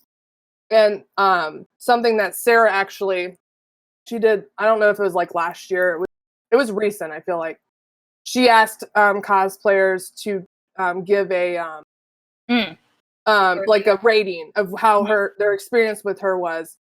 That's something really important. I think that websites are still important. I think even with cosplayers, and it's something I want to do here soon, is ask how your experience was, because other people will see that and they're like, oh, they felt comfortable. Because a lot of these people, no offense, I'm socially awkward too a little bit. I mean, aren't we all? Right, but like a lot of them, the younger ones, they're socially awkward or they're scared because they've been following you and they're like, oh my god, I'm scared. I'm not good at this. I'm ugly, and like they say all this stuff, and it's like you're not ugly, like you're fine, but they're scared. So I feel like if they have all that experience to read, they're like, oh, this is going to be worth it. I can spend this money on them because not only am I going to get good photos, it's not going to be scary when I go. It's not going to be weird, I mean, that's why I started doing like the testimonials, because it was right when I upped my prices, $20. Oh my god, so much! But I got a lot of shit for it. Like people were literally like, That's the price of a print. I don't want to talk about it.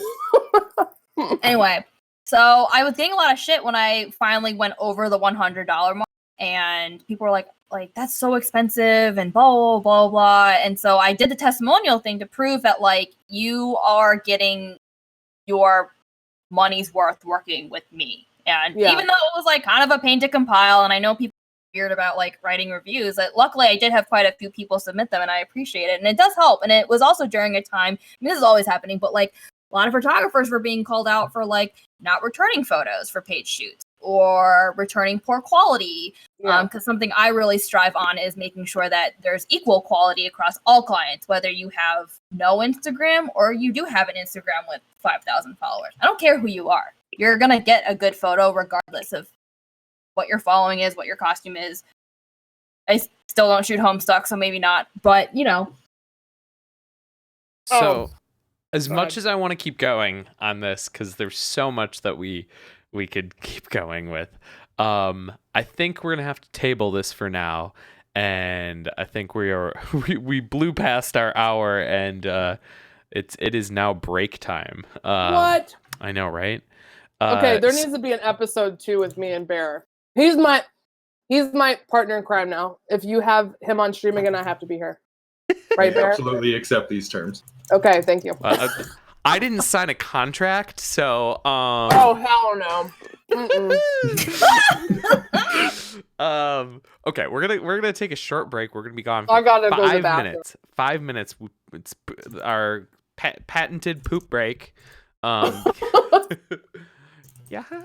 I'll be back in 5 minutes. When we come back, Does he make noise? Does he jingle?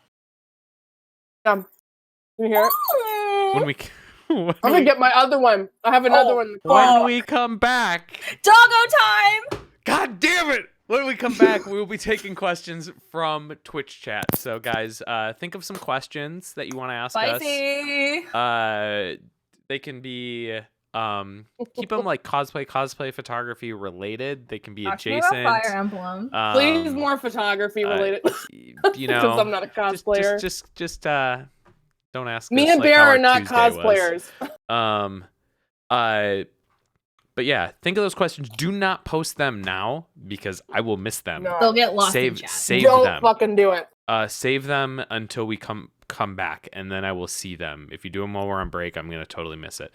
Dude. And another plug: if you've been enjoying things here, if you've been liking this spicy conversation, consider giving us a follow, or if you feel so inclined, give us a sub. We'd greatly appreciate it.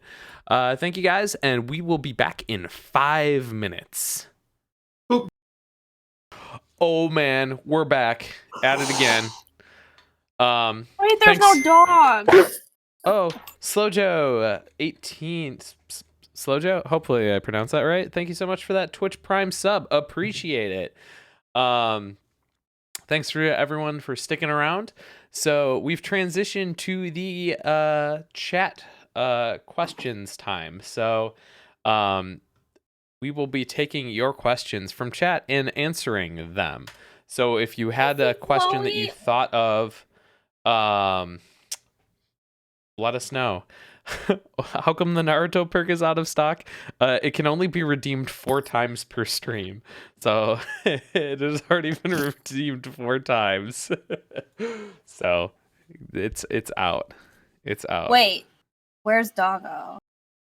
Where's Doggo? There. My doggo? Who else? Who the fuck else am I talking to? I don't know. You all might have doggos. I can They ask do not Ellie to have- bring. I can ask Ellie to bring him up really quick, but he screams a lot. What? Oh no, I can't do that. Screams. What the fuck do you mean? He's a husky. I can hear him howling downstairs right now. Oh. I'll bring him on at the end. Okay. See, Paulina's like, where's dog? Okay. Andrew's on the same page as me. Okay. Kengar. Okay, let's Kengar move asked Moving a on. question, and I'm gonna make it available on both sides of things. So we need to answer this both ways. Is who is best girl, or who is best boy? Ask that. Just literally fuck just up. said this. like the words that came out of my mouth communicated. That was the fine. I was things, reading and chat if you were while you were listening, saying. you would have. I wasn't listening. Kengar M. Dongatron asked that question. Shut up!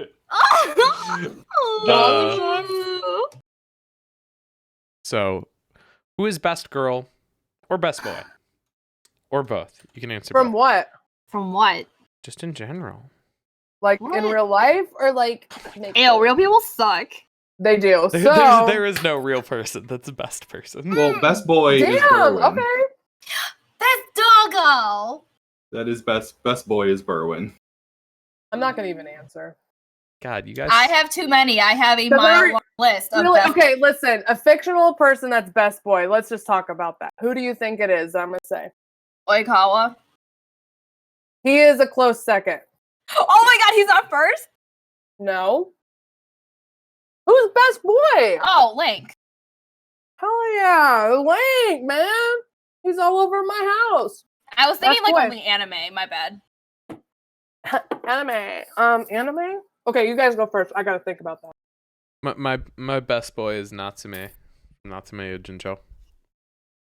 Anime. It's hard as fuck. Best girl. I just ate this whole bag of carrots. Oh my god. Holy cow. I can hear Ellie shouting from downstairs. It's Kirishima. Best girl. I'm gonna say Deedlit, but no one who knows who Deedlit is, so then I'll say Holo. I know who Deedlit is. Yeah, it's because you're old. Damn. Got her. There are too many good characters. I can't say like my favorites. You want to sit Okay. here all night? Okay. I have a lot of best boys. So I can't I'm gonna say an old best boy would be Sesshomaru. He's my old knew it. best boy. Hmm.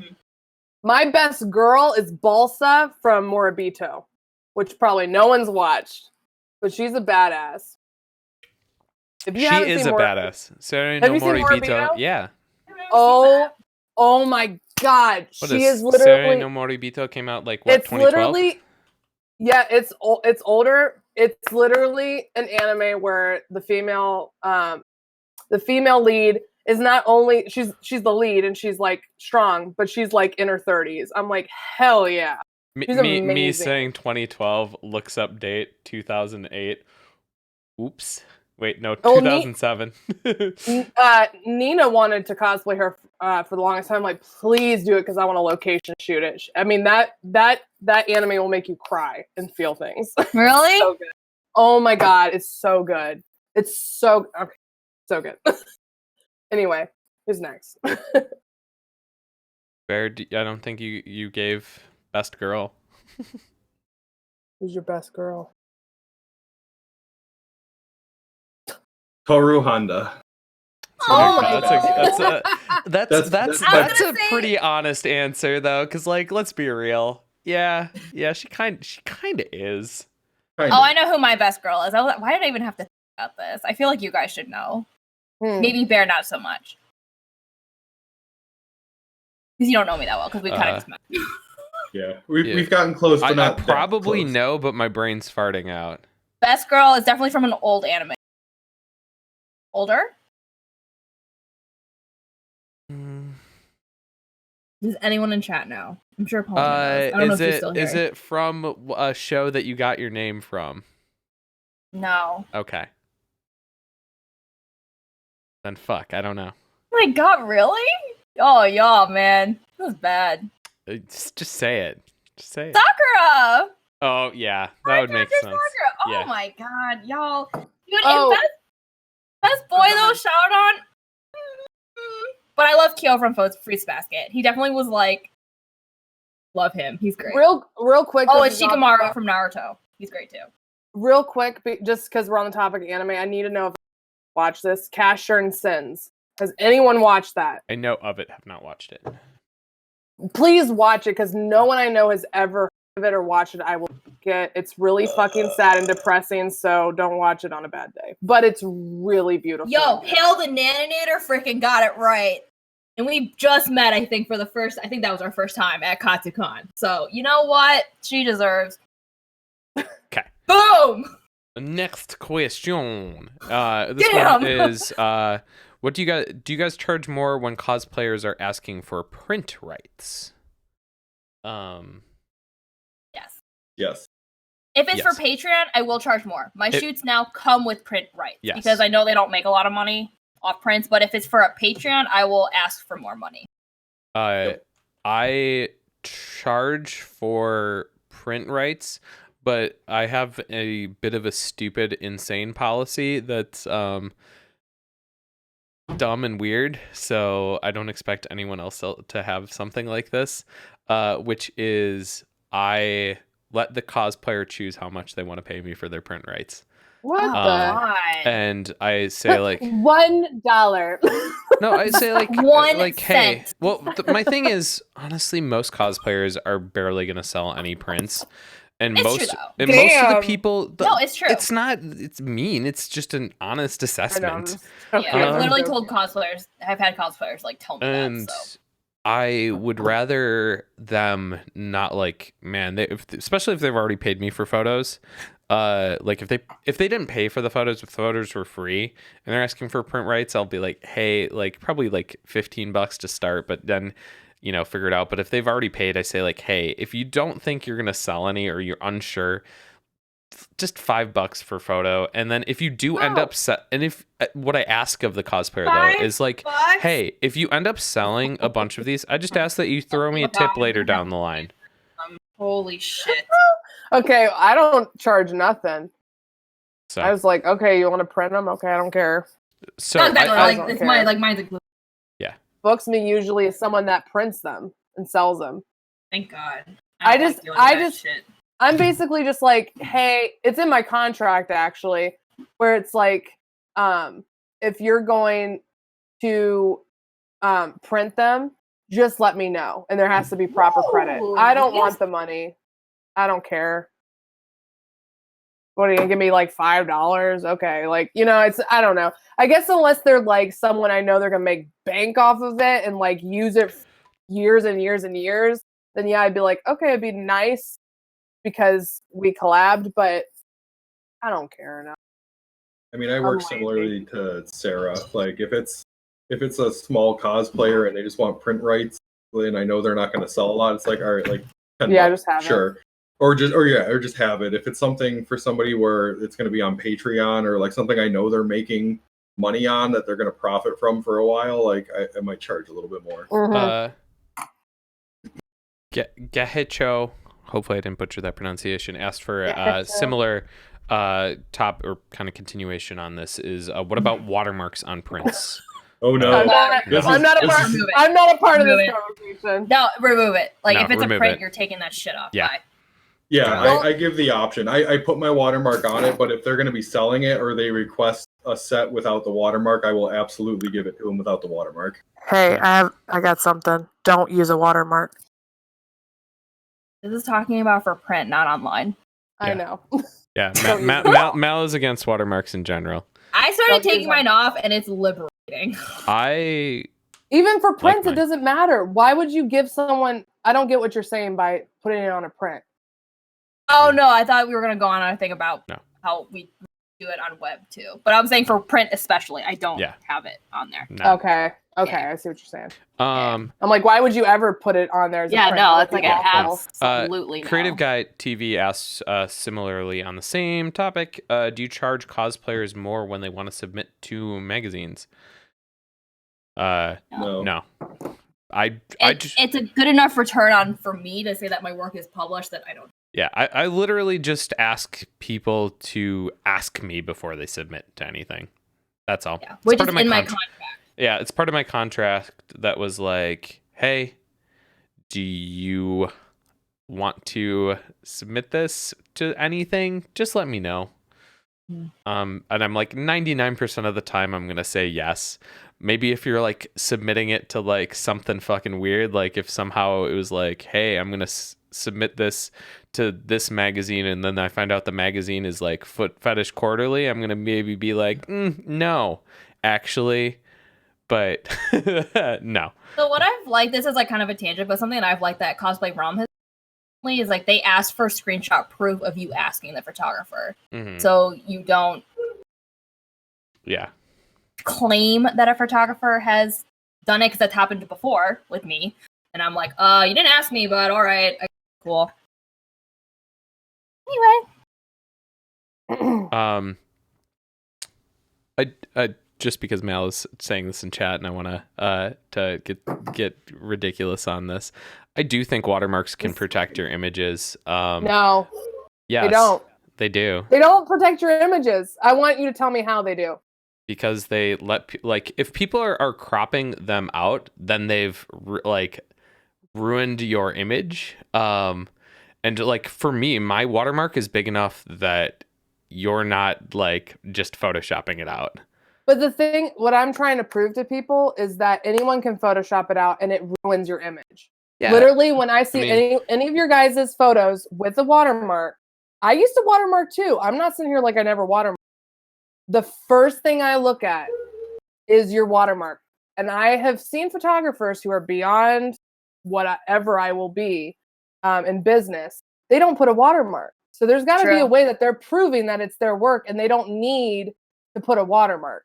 I mean, people are going to steal your shit and put it on Etsy and sell it as prints anyway. It doesn't matter if your watermark's on there or not, because this day and age, people don't care about what the watermark says. They just want that print to be on their cell phone case.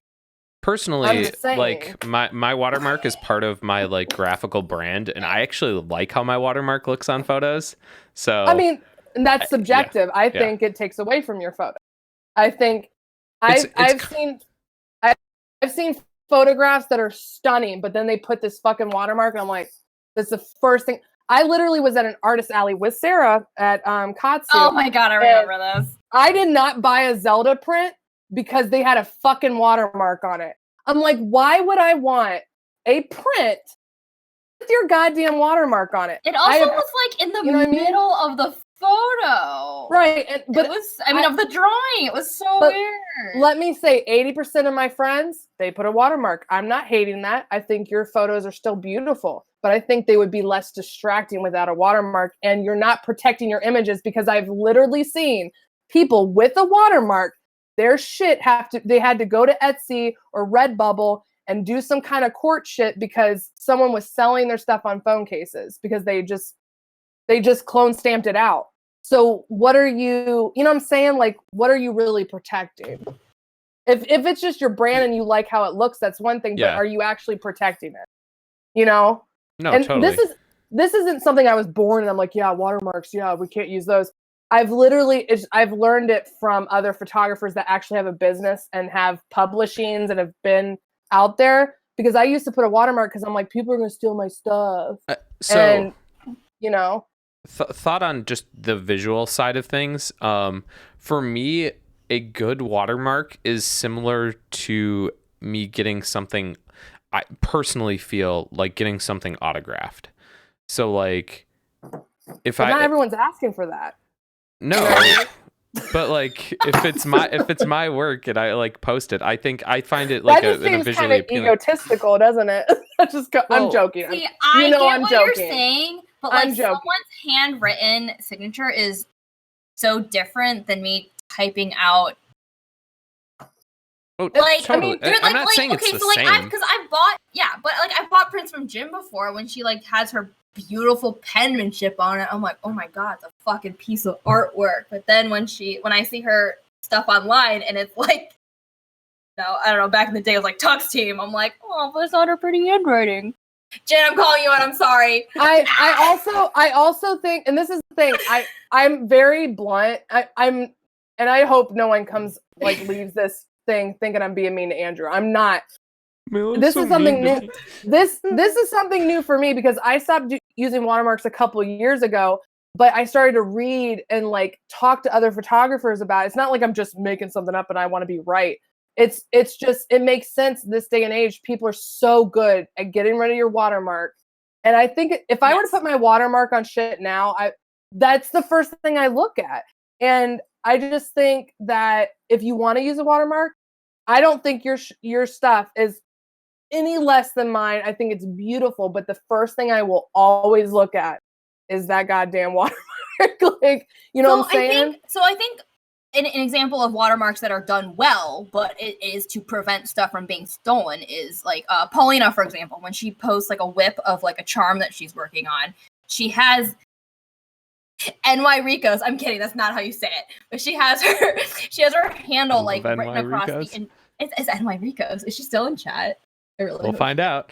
NY Ricos is in the house. It's near Ricos, people. It's not NY Ricos. Anyway, so she has it across the whole image, and it's on like overlay. So it's like on all the different colors at different like I don't know what to call it, but it is a lot harder to Photoshop out. Whereas like my logo would be easy to Photoshop out. Right. Andrew, yours is easy to shop out. Like if you know how to use Photoshop, especially now with content, it's so easy. Hell yeah. Yeah. And so good, I think is a good preventative because like if I try to content aware fill like Paulina's watermark off of her drawing, it would take me way too fucking long. Well, it's something I don't remember who mentioned it in chat. Oh, she's in my Ricos. Someone said something about like, oh well, it helps if no one credits. First off, it's a little off of it's not photography, but I will say this, like fan art and specifically Legend of Zelda, and just because I'm very familiar with it on Instagram, people will repost Legend of Zelda fan art with the fucking watermark and on their Instagram and get all these followers. They're selling prints. That watermark, I can see from those 6,000 to 7,000, if not more followers, they don't give a shit that watermark says someone else's stuff. They're still reposting it. They're still buying the prints. They're not even investigating whose shit that is. And that shows me that watermark did not save that artist. No. I respond to that, though. Talk to artists like, well, excuse me. Oh, Lord. I totally agree with what you're saying. However, that doesn't mean that everyone that's liked that piece of art did not navigate back to the original art, even if it was uncredited. Well, sure. But I guess that's just the point of what's more important to you. How the viewer views your image in that moment, or who the fuck has it later and didn't credit you.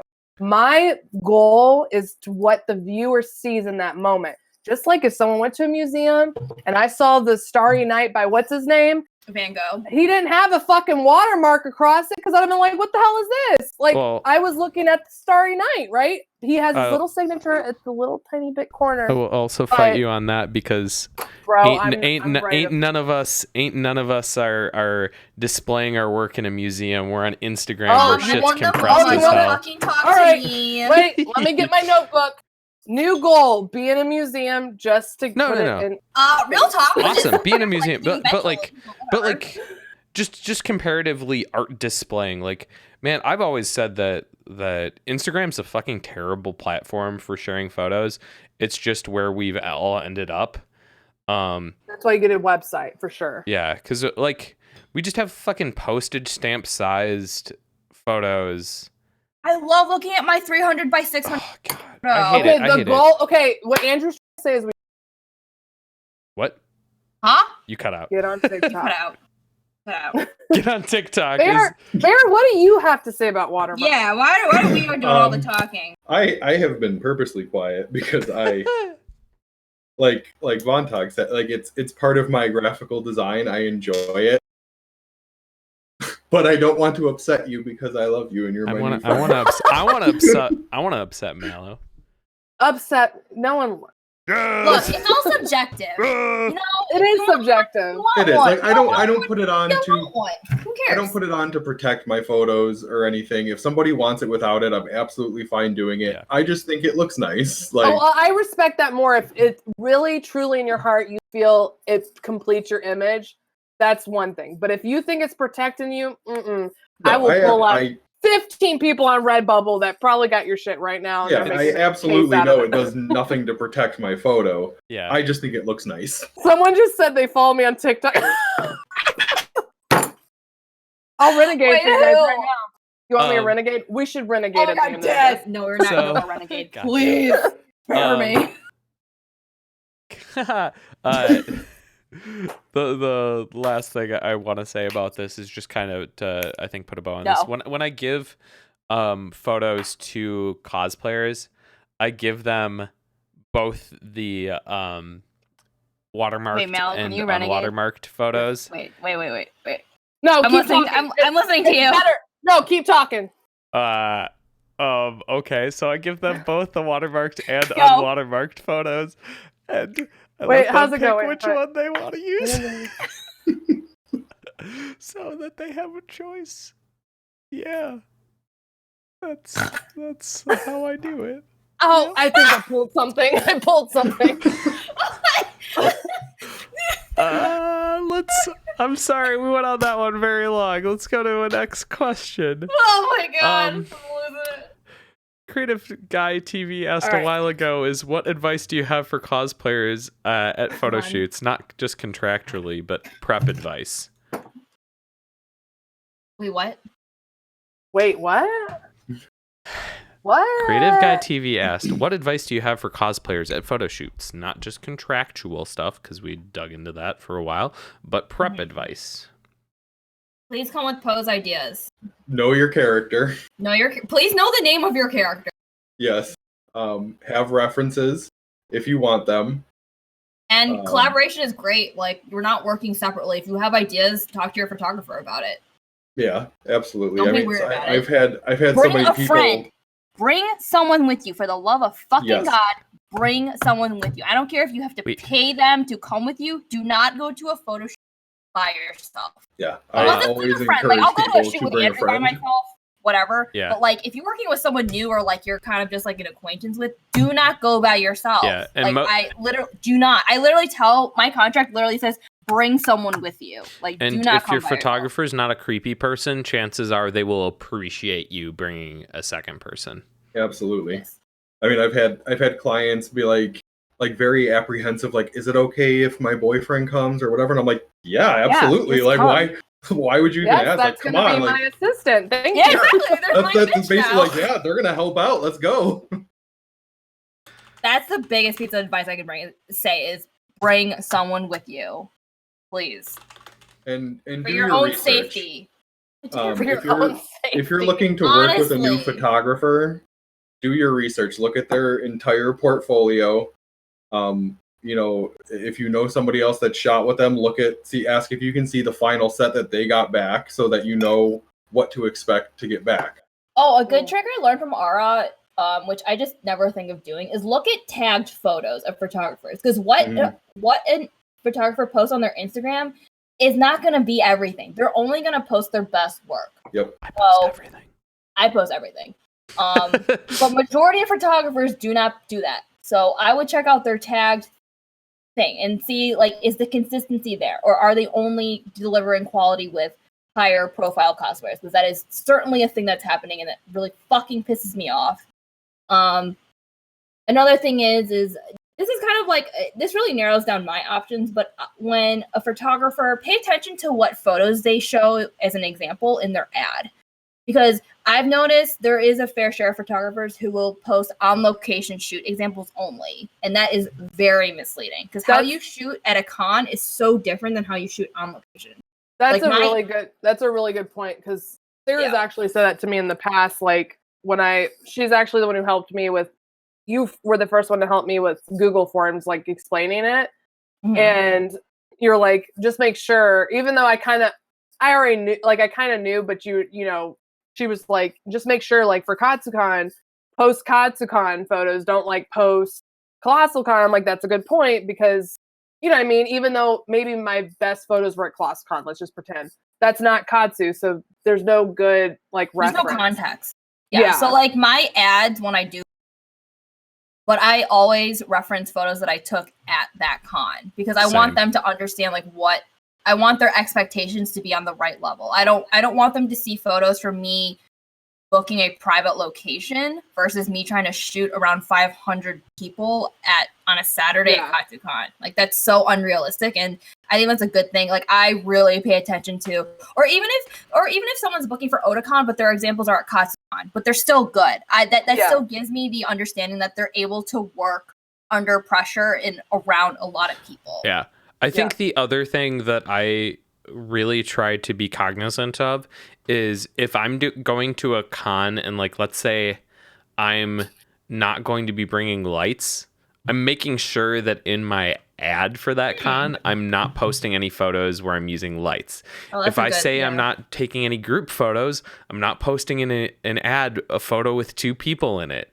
Like, just I try to make it as contextually relevant as possible, so that, because when someone looks at an ad, they're going to be like, oh, I want to try and go for that photo. And if that photo is outside of the realm of something I'm going to be delivering at that con, that's a bad look. Well, and I know for me, like my con photo, actually I went through a period where I was self-conscious about my convention photos because they weren't like my location more. And I was like, I fucking hate when I'm producing, but then I started to realize like there always is going to be a difference. And I think there was a period of time way back where I would show people my location stuff when I was going to shoot at a convention. And that's just not a good thing because they are so different. Like just piggybacking off of what Sarah said. Yeah. And I mean, I think that's communication. Communicate with your photographer, and it's also on the photographer to communicate with the client.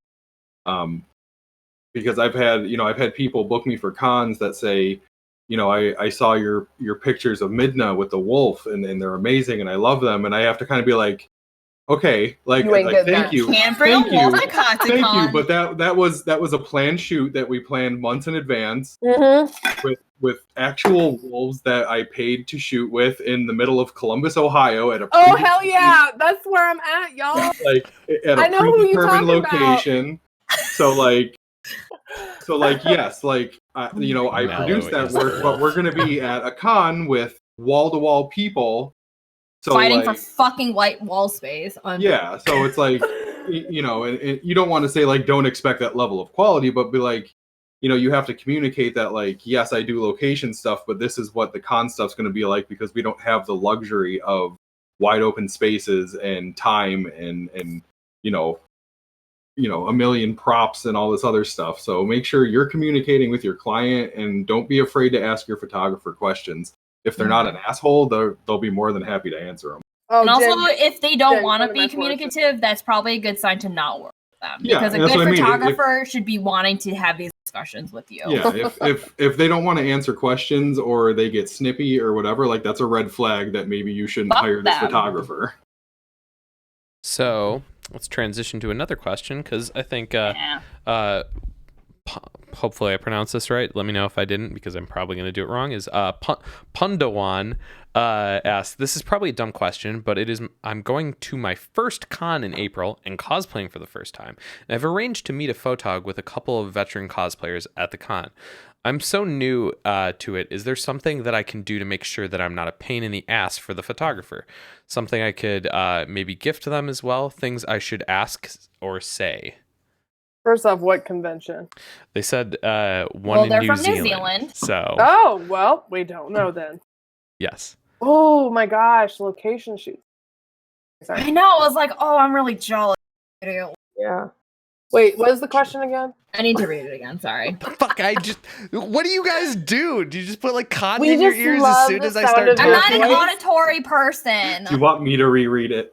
No, I'm I think your voice is something I'd want to hear on my Alexa, like reading Harry Potter. So should I do it in ASMR because people seem to... No, please do not. Let Bear read it. Absolutely not. This is probably a dumb question. This is probably a dumb question, but I'm going to my first con in April and cosplaying for the first time. And I've arranged to meet a photog with a couple of veteran cosplayers at the con. I'm so new to it, so is there something I can do to make sure I'm not a pain in the ass for the photog? Something I could maybe gift them as well? Things I shouldn't say / ask, etc. Okay, here's the thing. So it's a two-way street, and you shouldn't expect to be the one to do everything in that relationship. I strongly feel that the photographer should have poses ready, should know your character, I don't think that you should feel this nervousness to be the perfect one and know exactly what to do. Because if anything, you're still a model, so it's the photographer's job to direct you. I don't believe in a model being the one that has to be the one with the the poses. Unless you're some professional Vogue model, I strongly feel, and I could be wrong, I think the photographer should be the one to direct you. It's literally their job. Right.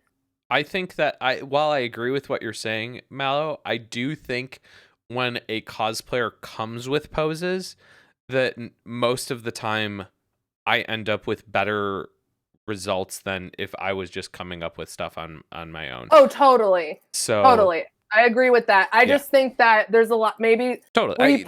we're definitely not in, we're not in this group because I know we all probably research characters we don't know. I used to not, and then I would get to the shoot and I'm like, oh shit, I don't know what to do. But the photographer should research, they should know. But yeah, I totally agree with Andrew that you should have some poses just in case, but don't feel like you have to be in charge of that whole shoot, especially if you're paying. Yeah. They need to be ready to direct you. So they say that they're not familiar with the character and show. I'm just not used to having my photo taken. So I mean, the biggest thing, my biggest thing for big groups is pay attention to what's going on. Well, and also plan ahead of time, like especially I would talk with these like veteran cosplayers that you're going with to make just so you understand like what's going to happen ahead of time, so you're not walking into it with like a deer in headlights, basically. Yeah, and just be alert, because if you're paying this photographer and it's at a con, you're probably on a time crunch. And I mean, the biggest pain in the ass is trying to herd cosplayers back into the shoot because they're wandering around or not paying attention to what's going on. So just pay attention. And yeah, it's partially on the photographer to be able to direct you well too. Yeah, and it's not unrealistic for you to ask for backup camera previews or to ask for direction during the shoot. Like you literally can preface it with like, this is my first photo shoot, I don't know how to pose, I don't know like what my best angles are, can you please give me like an idea as to what you think is going to look good. Like other thoughts, and this is something that I ask for from people that I shoot with, is I ask for if they have any specific ideas they want to build off of or emulate. But then even if you're like sending reference photos to the photographer for ideas, understand that you're not asking them to replicate the image, but instead using that to generate ideas to create unique images that build off of what you sent. Because oftentimes fully replicating an image that they've sent over is just like not possible, whether it's because of the location, the lighting, or just freaking anime poses make no fucking sense for human bodies. Just that. And honestly, if you want to if you're really excited for this and you want to know that, let the photographer know that you've appreciated what they've done, even if you're paying for them. If you're paying them, I wouldn't do something substantial, but it's in the little things that I think a photographer knows that they've really been appreciated. I know for me, even when I send photos back to paying clients, when they don't like really make much of a comment other than like, oh yeah, I love these, like sometimes I'm just like, okay. Yep. When it's like, wait, I missed some of that. What do you mean? So like, I'm just saying, like, if you want to make sure that the photographer feels appreciated in this shoot, I'm not saying that's a thing that you have to do, especially if you're paying them. Like, you don't have to make them feel that way. That said, if this is something that you really want them to know that you appreciate what they've done, when they do give photos back, let them know that you like say more than like 2 words that you like them. And for me, like, some of the ways that I felt the most appreciated at cons was when a cosplayer has done like, oh hey, I've had cosplayers that have like had snacks that they gave to photographers. I had one cosplayer, bless her heart, this was the like coolest thing, is she asked every photographer that she worked with who their favorite character was, and then she drew a sketch of that character to give to the photographer. It was just like a quick little sketch, but it's like man, that stuck in my head, and that's made me remember that shoot forever. Like, That's cute as hell. What? And that's not something that for the you might not be able to sketch. I'm just tossing out ideas. Well, and I think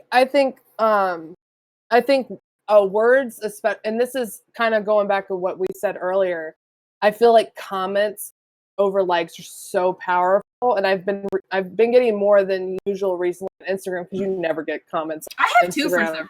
Yeah, it feels so good, and I'm not saying everyone has to be like that one person that's like, I love the colors and the depth and the feelings, and I went to my mom's house and we talked about it for 2 hours, and then I told my dog about it. Like, I'm not saying that you have to be like that, but we acknowledge, at least we do, because emotional people, I feel like we acknowledge that you took 5 minutes out of your life to make a comment instead of just pressing a like, and I think, I mean, even like I know this goes into money, but I think it's kind of cool, is I've heard people that get tips, like photographers that get tips after they've already been paid. I have heard of cosplayers that tip them. They're like, I want to tip you because this was just the best experience ever. It's after they've shot with them, and they're like, this was just so fun, and I want to tip you. I want to tip you $10. I've had that happen. It's amazing, and I'm not saying you have to do that, but it's a beautiful gesture. Mm-hmm. I mean, I just get Karoks from people. These are both from photo shoots. These people make it for me. Like, you could just make stuff for someone and it's very kind, So kind of based off of that previous topic we talked about before the break in terms of like monetary things, like, man, all of us aren't charging what we're worth. And the reason why we do that is because this is something we're passionate about. Like, if we didn't give a shit about and we what all we know were y'all doing, can't afford it, so real talk. Right. If we were if we weren't doing this because we love this, like, we wouldn't be charging the rates we would. Like, it just wouldn't be a thing. Like, it wouldn't make any sense. We just wouldn't do it. But we do it because we freaking love this shit. Like, all of us are freaking nerds, and it's an expression of our creative passions and our love for all of these different storytelling mediums and characters and designs and just general creativity. And when someone lets you know, like, because we're doing this, we're being underpaid, but we're not gonna like complain to the person that's paying us that we're underpaid. But like, even this, like, the tiny gestures that like let us know that, hey, I really appreciated that what you did for me is really awesome. And just like, it makes us feel like, oh, hey, good, this, like, yeah, they paid me, and maybe it's not worth me putting all that effort into it. Maybe oh no, they really love this. Okay. And then it makes me want to pour as much effort into the photos that I'm giving back as I can. It just, like, and since this is a medium that's so rooted in passion, it just ends up making everything feel better. Yeah. I got a comment the other day that, it was yesterday, and I was at work when I read it. I legit almost, like, I mean, I cry a lot. Like, I can easily cry. But I got a comment yesterday or the day before that really, like, it was really touching. They said that, when I gave them a photo, they felt like really confident, because usually they don't like they'll see themselves in a costume, but they don't necessarily, like, their first thought is usually like, oh, this photo would be good if I wasn't in the costume.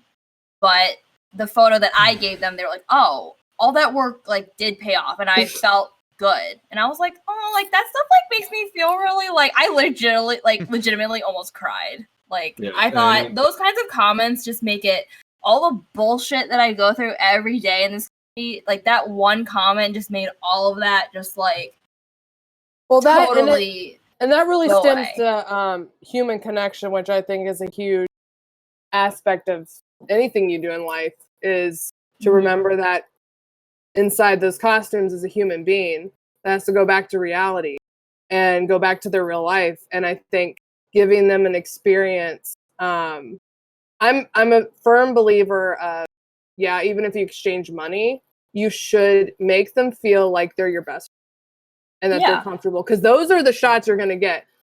Once you break that wall of nervousness, you're going to get beautiful photos, because you're going to be more worried about your connection with that person than you are how many followers, how much money, you know. And it's hard to think about that sometimes. And I've been in the situation where I'm stressed out. I've booked 7 shoots that day, but I get into that mentality where I'm like, and it's all personality too. I'm more, I can be introverted a lot at home, but like when I'm around people, I'm the big sister. I'm trying to make them laugh. I'm trying to make them feel beautiful. And the biggest thing I can tell you as a photographer is to compliment them as you're shooting. Like you're shooting them, you're like, beautiful, beautiful. Oh my gosh, this is so beautiful. Keep doing that. Stay that pose. Beautiful, beautiful, stunning. Even if you're a male, I know some guys, I've talked to guys that are like, I feel uncomfortable because what if they take it the wrong way? I'm like, just word it not weird. I feel like that pose is really good. Like it doesn't. If you're saying if you're saying you're sexy, then it's kind of weird. there's a right way and a wrong way to do it. You can compliment that. Like I do that too. I'll be taking shots and I'll be like, oh my god, these are gorgeous. Yeah, and, you can do it without directing it right at the cosplayer and be like, oh my god, you look so sexy in this photo. There's plenty of words. There's a right way and a wrong way, you know. Yeah, there's plenty of words to compliment that aren't sexual. Right. I think habit of automatically showing them at least one like back of the camera, especially if it's a newer cosplayer or it's their first like professional photo shoot with their cosplay. If I take a photo and I look at it and I'm like, oh my god, this is fire, I will make a point to walk over and just show them, and they get so excited about it. And like once they see that one photo, the rest of the shoot, you can sense the energy, like they feed off of it. I definitely agree with Bear.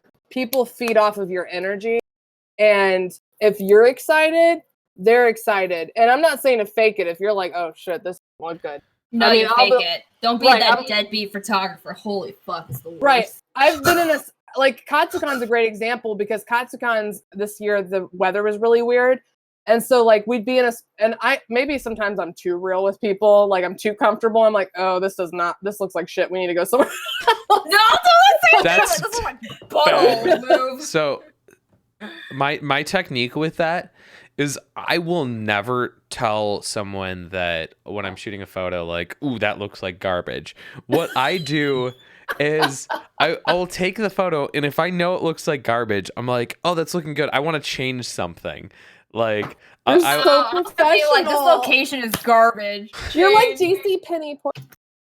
You're talking about being so professional, Mrs. Contract over there. Don't even listen. I give people a disclaimer. I will probably cuss during this session if I get excited. Oh, I don't give a disclaimer. They just get it out of nowhere, and they're like tiny 5-foot Asian, just fucking sailor mouthed everywhere. Oh, okay, look, Andrew, we're not as professional with you with your beautiful lighting. I tried to mimic you tonight, by the way. I tried to do some beautiful lighting and be all professional, but mine still doesn't look as good as yours. Man, shut up. Look, it changed colors. How'd you do that? It's pink now. He's a fucking nerd. I don't know what to tell you. I need you to come fix my place. It's all orange over here. Mallow, can you come fix my place? I'm visiting Sarah soon. It's gonna happen. Yeah, that's right. It's a fucking pigsty. You're gonna be like, holy fuck, you live in this Hoarders Buried Alive episode? No, I love it. Hoarders Buried Alive. Stop. Okay, can we just say Bear is the best part of the stream? He looks so aesthetically pleasing. Where's Doggo? You want Doggo? Sarah just really wants your dog. Let me text Ellie. I'll have her bring up Doggo. Get the damn dog and let's just finish it on a good note. The whole thing's been terrible, but at least we'll have had a dog. You know? Doggo, I gotta use my fucking emote. Okay, listen. It's literally, where is it? All of you that oh my god, do I have to resubscribe? Now. Are you kidding me right now? Oh yeah, my god. You have to do it every month, Sarah. I didn't realize it had already come up. I didn't realize it was bad. Everyone in chat right now, you know the next time The next time that I'm invited, Bear has to be there too. Oh my god, I look didn't at sign him! this contract. He does not like that. That's my Oh, buddy. he's just That like, is me. what are you doing to me? Yep. He's a Aw. Wait, is he full husky or is he also part Malamute? Oops, that's the Fujo He's half husky, half Malamute. Okay, because like he looks big for a husky. He is a big boy. Oh my god, he's chill as fuck. Like, I just want to go outside. one. Just like, I'm here because you're giving me sketches, but otherwise I Mhm. would be Look at him. freaking Oh gone. my god, he's chill as fuck. Who's laughing? Ellie, don't judge me. That would be Ellie. Oh. Oh my god, look at him. Oh my god, he's so chill. Okay, he's like, I love this. Fun to Juan's comment. I love how the stream has covered every personality type in the span of 20 minutes. Yes. Welcome to hell. Oh my god, he's so chill. Sometimes. Yeah. Sometimes. He's Oh, also he's also handsome. sedated. Oh my god, look at his bow tie. Oh. Did he get operation? He's epileptic. Oh. So Oh, he's really? so he's on meds that kind of make him a little drowsy. Like, where am Oh, I? that's scary. Oh, pup. Oh. Looking at the camera. He's best boy. Look at his Aw. bow tie. He's so Now handsome. He is a handsome boy. we've hit the cutest part of the stream. Wait, are we ending the Doggo. stream? I mean, What? like we've been We should go for another hour. Who's in? Chat? Come on. don't do Well, this we have to another me. half an hour at least, I feel. Y'all go to What? bed. Me and the dog and Bear will talk about photography stuff. Yes. Literally, I'm just off, but like the stream's still Jen- going. Jen, okay. Oh, wait. I got some people. Jen said one more hour. Wait, what's his name? Byron? I would like my boy back. Berwin. Byron. Bowie? You can't do Berwin. that to us. Oh, Berwin. You can't do Byron that to sounds us. like he You should can't be on take a him away railroad from track. us. It means bear friend in Warvish. Oh, that's cute. Let's- God. We okay, can't keep listen. going if you have no questions. I'm The most dog all important- day. two most important things we need to be talking about is one, the anniversary of Legend of Zelda Breath of the Wild, and the fact that Animal Crossing comes out in 17. That's all we should be talking about. That's how we should end it. Because you don't No like one being care? because you Ellie is coming back to steal the dog. No. you want to be in debt to a No, raccoon. come back. No, he doesn't want They're all to. yelling at you. No one, He's freaking crying. no one cares about Animal My Crossing dog. except for me. No one cares Oh, about I Animal care about Animal Crossing. I can't wait to You do? fucking That's not fish a good. red snapper. Okay. Am Okay. That was so specific. Burbs, Ray Zero was bad. I wrong? Am I Ray Okay. Zero was bad. And I Contain your red and I will snapper, carry girl. that with me to my grave. Or Ray Zero was bad. Relicanth. Ray Zero was bad. Ray Zero What? was bad. Well, then why the fuck are we talking about ReZero? Because someone said in chat. Okay. No, we're talking about Legend of Zelda. Can we just talk about it for a second? Can we just Jin acknowledge? Jin says we're the four horsemen. Wait, what? Jesus What'd Christ. she say? Jin says we're the four horsemen. Can we? Okay, listen. Before we end the stream, can we promise? Wait. Here, well, I'll make you guys a deal. We can go What? for another 20 Half an minutes. hour. 20 minutes. I gotta go to bed. 20. No, you but just I'm said half saying- an hour, and I no, said 20 listen. minutes. You can't counter Okay. that with I have to go to bed. We'll go for another 20 minutes, but also the next time you invite Bear, I gotta be. Because me and him are friends. Yeah. I mean, that's basically our contract. You don't get one without the That's other. our. Yeah, it's a package deal. Bear and Mallow. That's the old saying. Great. Should we have a four-person critique on the 17th? Great. Oh my No. God! No. Please, no! I No. want to do a critique. Please, please, please. The only way we're doing a 4-person critique is if you are in the same place. Like on All the right, same Bear, camera. where you at? Because I'm I am coming. not resetting I am up. like 3 You're in a hours fucking from you, bubble, so it's not ew. even that long. Because I am not Why- resetting up all this shit that super complicated shit I have in Just did it OBS. right now. This is a What if- Q&A, not a listen. critique, Sarah. What if Bear has me on Skype on his phone, and he just holds the phone up? Oh my God! What if we have a critique when Mallow and Joe are visiting, and we also have Bear? Oh It's like, my God! Yes, yes! Oh my God, My camera won't focus. It's but I'm Andrew, it's I'm happening. a fucking genius. like, we can talk Okay, about that would we be can amazing. talk about this off stream, but that sounds And- like and a then- recipe and for then disaster, no one but in maybe a chat good gives a fuck disaster. about this And then- conversation right And then now. Joe can plug in his little thing he has on the side. What does he have? His podcast. Podcast. Hell yeah! Hell yeah! Yeah. Okay. All right. let's- I find remember. everyone Okay. listening Okay, to guys. This podcast, if you want to laugh at yourself at your Okay. desk alone, like I Okay. do every Monday. Okay. 20 Andrew's minutes. like, I'm done. 20 Okay, minutes. 20 minutes. What are we talking starting about? now, because we're going extra. Because I'm doing it for you guys. I'm doing it for you guys in chat. None of you three. No, it's doing it for Oh, chat. okay. Doing it for I chat. want to go to bed. You No, can't don't go to say bed. that Don't when go you to said bed. you wanted to go another 30 You can minutes, go- I was Sarah. like, I can go another half an hour, but then I Okay, need to go good. to bed. Okay. Yeah, me too. Okay. I think it was Eric asked best advice for cape flips. Cake? Cape. Cape. Okay, first of all, it depends on the fabric. Second, a Yes. drop is usually better than a flick. Yes. Yes. Okay, done. Also, do it enough times that you think you've got it, and then do it at least 2 more times. Do it at least 3 times. Yeah. And then composite later. Okay. Man, how have we answered that succinctly? But Because like I've done the so rest many of this fucking critique is bad fucking cake insane. flips to tell you what the right answer is. It's Well, I know. drop, don't pop. That's what Yep. the old saying. Drop, don't pop. What Just about drop it. What about cake flips? How do you get the best cake flips? You put it on a table and you Dude. flip it over. Dude, cake? I want some cake. Oh, flick! Listen, I you thought never you said flip a cake because that's sacrilege. Dude, Don't ruin the fucking. cake. You buy the best flip you do is you buy a pie instead of a cake because pies are better. Anyway, moving on. So this question was from Photoman89. Oh, by the way, Lou, thank you so much for the $5 some Legend of donation for Zelda the extra questions, minutes. too. I appreciate it, dude. Do you Which all link ever... is hotter? No. Please. Do you all ever provide raw Okay, photos? someone do one Legend of Zelda, though. Question after. Okay. Do y'all ever provide raw photos? Absolutely Ew! not. I don't Nope. trust anyone. No. I don't Sorry, trust I'm a little anyone. tipsy. I'm gonna shut up. I did a shoot with Sarah and I gave her the raws, but that was understanding beforehand. Also, that's because I'm a photo editor and I know how to use. Yes. Sorry. Yes. If it's someone I explicitly trust, Which is and no one. I know they will do an excellent job, I will give them the raws, but no. I want pretty to much end no. the stream where I'm getting in bed. I want to You're end slowly it. just gonna migrate towards the. I'm waiting for it. I'm gonna do it. I don't turn off any of my salt lamps on for good vibes. What the fuck does that even mean? All right, keep going. Okay. Oh my god. Keep going.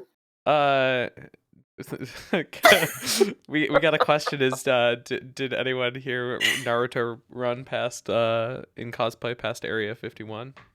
Yeah. Yeah, you just didn't know. I was 'cause there. You didn't know it was me because I was in cosplay. Have we ever had anyone ask us to provide raw photos? No, Yes. thank God. Yes. Then I A couple times. I've explained to them why they don't want raw photos. If Yes. someone asked me that, I would lose my shit. And, I'd be like, and I told them, absolutely yeah, not.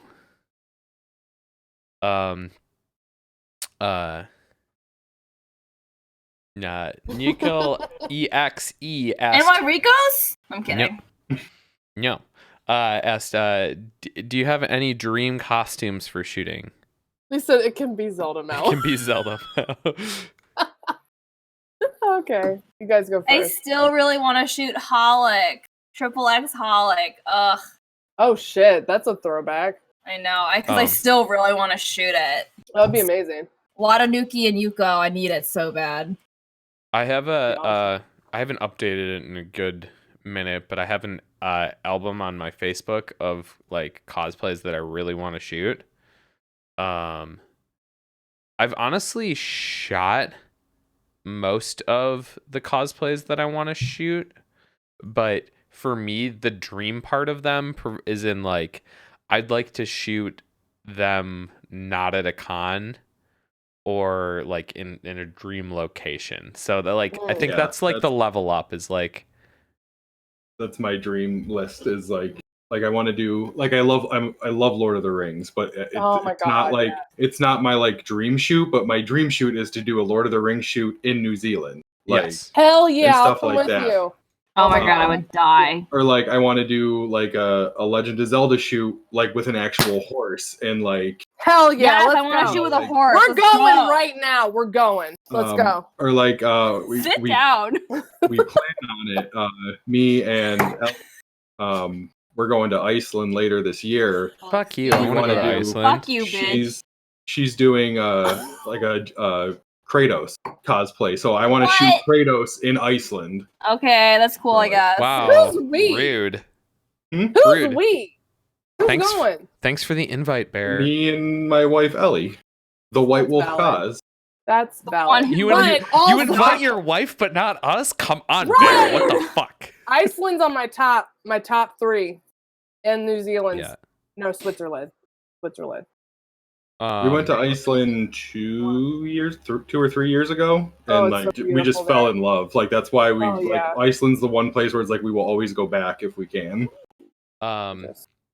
For me, there's like I have a dream shoot that I want to do that is almost certainly never going to happen because it just This requires hollow in the snow. yes.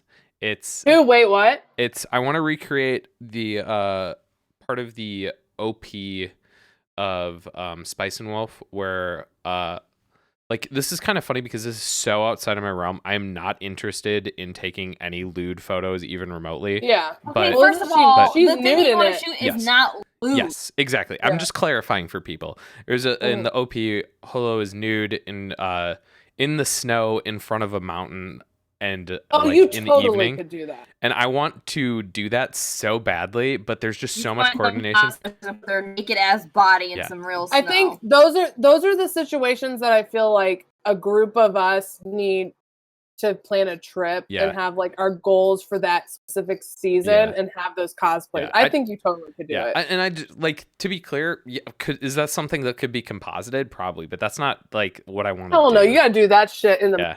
I don't really find all that much joy from compositing photos. Nothing I against think, people who too- enjoy that, but that's I will say just real quick with Andrews, I firmly believe the experience makes it so satisfying for you. Like, you know, I could composite a link in some forest in California, but it feels so much more satisfying to do it in the yes. So I think you would feel way better to do it in the That- And I mean, like I enjoy compositing. Like it's a big part of what I do. But I mean, there's nothing like with Ara in the Wolf. Like, Mhm. sure, I could have just taken pictures of her in her Midna cosplay and then composited in a wolf in the middle of a Mhm. forest. But it was a completely different experience to actually be there and be in a forest with an actual wolf and pose them. I would always pick doing a location shoot over a composite, even though like deep down I love compositing. Well, because you get to fanboy, we get to fangirl, be in that. Me, a lot of Legend of Zelda stuff I would do, but I still go back to like Outlaw Star because no one cosplays that, and I love Want Outlaw some sick Star. Gene Starwind? Yes, dude. No one cosplays Dude, him, and at I ASEN, really like 4 years ago, I shot a gender bent female cast from Outlaw Star. really. It's like the deep cut right there because it's not only a obscure anime by today's standards, but also gender bent. So it's like Yeah. even more so. I mean, like I feel like Cowboy Bebop and Outlaw Star came around the same time. I could be wrong, but just with the Toonami phase, they were both there, and Cowboy Bebop just became the thing that everyone cosplayed. But like, I've seen one Gene cosplay, but I like no one. I just visualize, even if I had a composite it, just like Gene looking off at like a shuttle, like shooting off, and it's a sunset. Like I'm like, I want to do that so bad. I love him so much.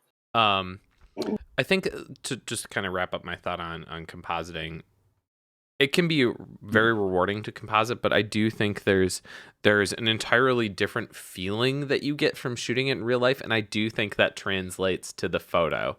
Like, like I feel that way about snow shoots when I have a hard time wanting to composite snow into a photo to make it real because like it's not wasn't really there, and I think that like shooting in actual snow just changes the feel of the photo so much more than if I composite the snow in.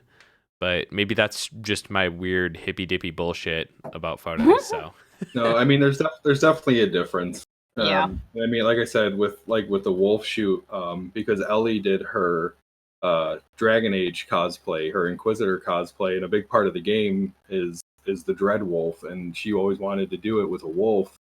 And I don't think if I would have tried to composite that, the emotion and the like the excitement and the passion would have been there, because she would have just been standing in front of a white background, and I would have been, okay, pretend there's a wolf next to you and you're in the middle of this, and doing it on location. And I'm not a cosplayer, but I'm assuming being a cosplayer, feeling like you're actually that character and in that environment translates onto the camera. Well, it's like asking you to be an actor. It's like all those actors who do green screen, like they've been doing it their entire lives and they can pull it off, but we're novices. Most cosplayers are not good actors. Yeah, we are not that.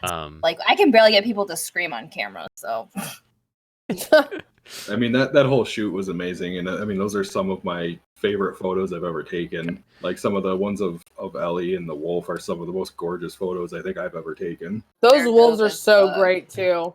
Like, I've experienced using those wolves.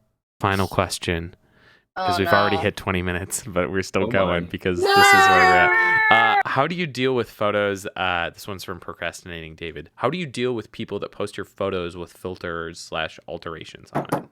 I riot. Kill them. This is entirely why I now make people sign contracts.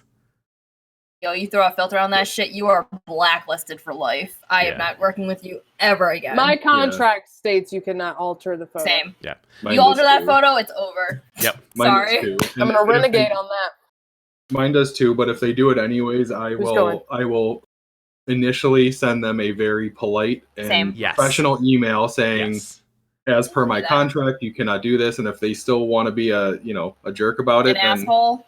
Yeah.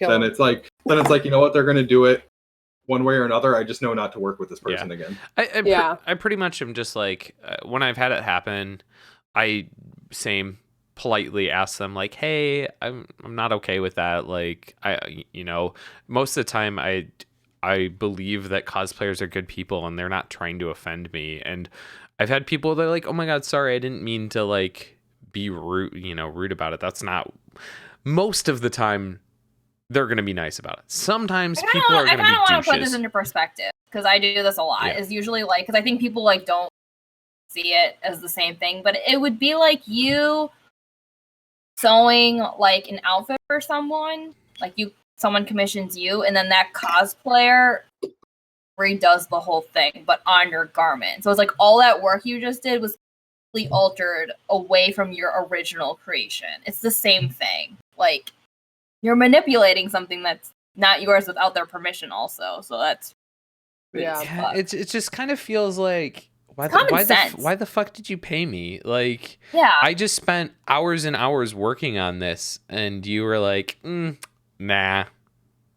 Yeah, I try to build filter on it. A very trusting relationship with my clients, and a lot of them know that they can tell me anything. That like if somebody's like, I really dislike how I look this way, or can you change this? Like, I will absolutely do it. I want you to be happy with it. So, I think part of it is the photographer making the client feel comfortable enough to say, hey, I really like this, or like, can you change this, instead of being scared to go back and be like, hey, and there's a way to do it too. Like, you can go back and say, hey, the photos are gorgeous, but personally I would like it, a little bit more like this. Can you go back and do this? And some photographers charge for it and say, okay, revisions cost this much or whatever, and that's up to the photographer. But if your photographer is not an asshole, they will absolutely be okay with you saying, hey, these are gorgeous, but for the vision I had, can you go back and do that? And a lot of times, when most photographers who aren't cosplayers don't have the same exact eye a cosplayer would, and we will sometimes just miss things that, because they don't bother us in the same way they would bother the cosplayer. And you know, if I have someone come back and be like, hey, yeah, you know, like, could you Photoshop out this or like certain part of my costume because like I don't like how it looks, and I'll be like, okay, yeah, totally. And also for me, I always ask for people like, hey, if there's something about you that you want Photoshopped, when I Please go let me into the know. shoot, let me know before I start shooting the photos. Because we can shoot the photos around it in ways where I have to spend much less time doing Photoshop. That's actually part of my form. Like I Yeah. ask them, like, Yep, is there anything same. ahead of time I need to know? Like, can you Same. like not move your arms or your Yep. whatever. And then if there's anything they need to Photoshop, and I even give an example, like, do you want me to shorten your chin or enlarge your eyeballs? Like, let me know. Yeah. For me, it's usually like, hey, do you want your tattoos removed? Because like if I fully edit a photo and you're like, hey, can I have the tattoos removed? I'm going to be like, that would be like a great thing to have known when I was working on these photos and when I was in the retouching process, not like now once I'm thought I was done. So Yeah, you won't have every cosplayer like this, but I did have at Costog, I had a a Bakugo and Deku cosplayer. They're like, keep our piercings, keep our tattoos. Like, we're totally fine with them being there, but not everyone's gonna tell you off the bat that they want that still there. So I had a cosplayer at Katsu. She wanted all of her tattoos removed, and bless her heart, she put Dermablend over them and blended it wow. so well. And like you could still see them, but just seeing when I photographed them, I'm like, that's gonna make it so much easier to get rid of them. Like, I appreciate you so much for Dermablending your entire arm. yeah. Oh my god, that SF Liminality just posted something that I'm just like, I don't even know how the hell you do that. They said they got a request afterwards that the cosplayer didn't want cleavage showing, and it would be like, that's a little hard to fix after you've shot the photos. You're like, man. you should have told me that before we shot. Thank you. Yeah, I'd be like, What do they mean they don't want cleavage showing? okay, am I gonna like pull like an early Like- Toonami and Photoshop like some extra clothing on you? Pixelate it. Yep. I don't know what. Pixel Wait, filter. I don't know what they mean. Like just shooping out that line. They have a uniboob now. Yes. Oh. No, I don't know, man. I know. I want to it's know what just- that means. Yeah. Well, I mean, I don't. Never mind. I don't want to open a new box of worms. I've had situations where I've had to liquefy, edit things to not look like I know what you're there's saying. boobs. Yeah. So I didn't know if that's Well, I don't think that's the implication here. okay. They said that the Get rid of cosplayer was wearing a low cut shirt, and then afterwards said for the cosplay didn't want the cleavage showing, and it's like, well, that's I mean, there. Photoshop can do these things, but they require it's not like I can't go into Photoshop and click like edit remove cleavage. Right. That's not how that works. We should stay on all night. Oh my god. Absolutely They were not. like, We no, my we parents should would stream just- ourselves sleeping like they do on TikTok. That's weird as My- fuck. that's I'm about to go to bed right that's- now. Mallow, that content is for my OnlyFans. Yeah, duh. Yeah, people Oh, have to shit, pay yeah. for that. Hey, I want baby. to. Okay. Oh Are we my done? God. I don't want to be Yeah. done. Well, you don't want to be done. I'm happy. It's just because I'm tipsy, so I'm like. I'm energized. happy that you don't want I'm to not. be I'm about done. to fall asleep. I'm about to head dust my laptop. I'm very happy that you don't want to be done, but sadly, it is time to wrap up this wonderful Q&A. Loser. Thank you everyone for chilling around, and huge thank you to Sarah for always doing I'm this about to shit do a with Fortnite me. dance. Kill me. Oh No, my you God, dare do Mellow. the fucking Mellow. no. I'm gonna Bella, floss. You ready for me to floss? My I hope you treat- literally mean flossing because you're getting ready for bed and you need No, to clean your shut teeth. Well, I can floss. My students taught me how to floss. I was proud of it. God damn it. so it'll be less wild than this, but our next Oh, stream- sorry, I'm so wild. Put me in a zoo, bitch. sorry, I'm going. I'm leaving. Oh my god. Yes, we've got the exhibit. We've got the exhibit here. We've got the bear in the zoo, and then we've got the mallow in the zoo. But Bear's so calm. He's Bear's like just the like, only sane why? person on Why? this stream. Bear's He's like, like, why are these I hooligans hate- here? I'm just happy to be No, included. listen. No, he's like, Me- why did I buy these bitches coffee? Listen. Fun. Me and Bear are a package deal. If he comes back, I come back. I want to hear about your package. These are our terms. So, as I was trying to say, is that No. fuck? Why can't I talk, Sarah? We're just trying to you. drag it on as long as possible. Okay, yeah. We respect you, Andrew. We respect you. Not so sure about that one, but you know, whatever. So the next Wait, stream- Mel, can you floss again? Okay. Hold on. I got to back up. The next Oh, stream. fuck. Hold on. I got to take my headphones. The next stream. Keep talking, Andrew. Oh God, we get your terrible laptop mic now. The next stream will be a critique. Yeah, those are going to be back. How about that? Imagine that. Critiques. On March 17th, St. Patty's Day. So instead of Mallow getting tipsy on the stream, you could submit a photo and then have your St. Patty's Day beers while you're watching the critique. Doesn't that sound wonderful? I think it does. So that's March 17th. Also, I stream every Tuesdays now, so even days that we don't have like planned critiques or Q&As.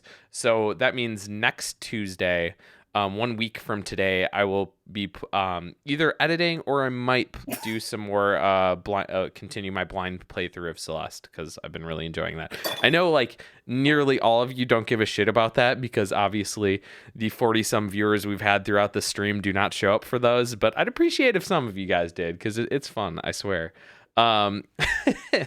So Mallow, where can people find your stuff and keep up with what you have going on? Instagram.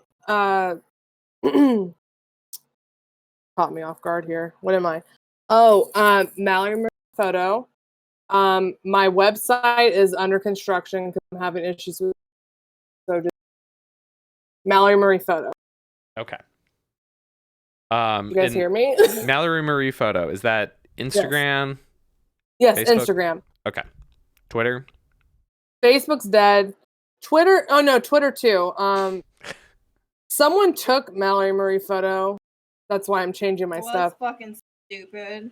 Mallory M Photo. Sarah, This is why. I didn't This even is realize why. Sarah was still there. This is why my stuff's going to change to Mallory Marie Portraiture because there's another Mallory Marie out there with a photography business. So for now, Mallory Marie Photo on Instagram.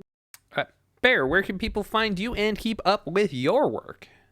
I am Bear Photo Buffalo on all platforms, and my website is bearphotobuffalo.com. Twitter is not that.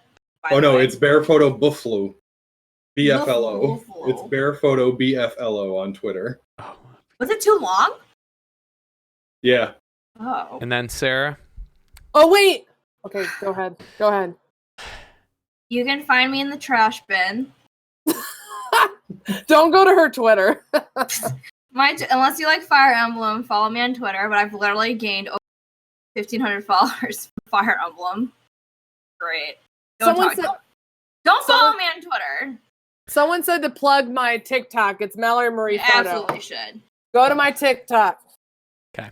Well, But go to Sarah's too. Honestly, Go to Sarah's TikTok. Just follow me on Instagram and Twitter if you want to talk to me about Fire Emblem and get fucking yaoi all day.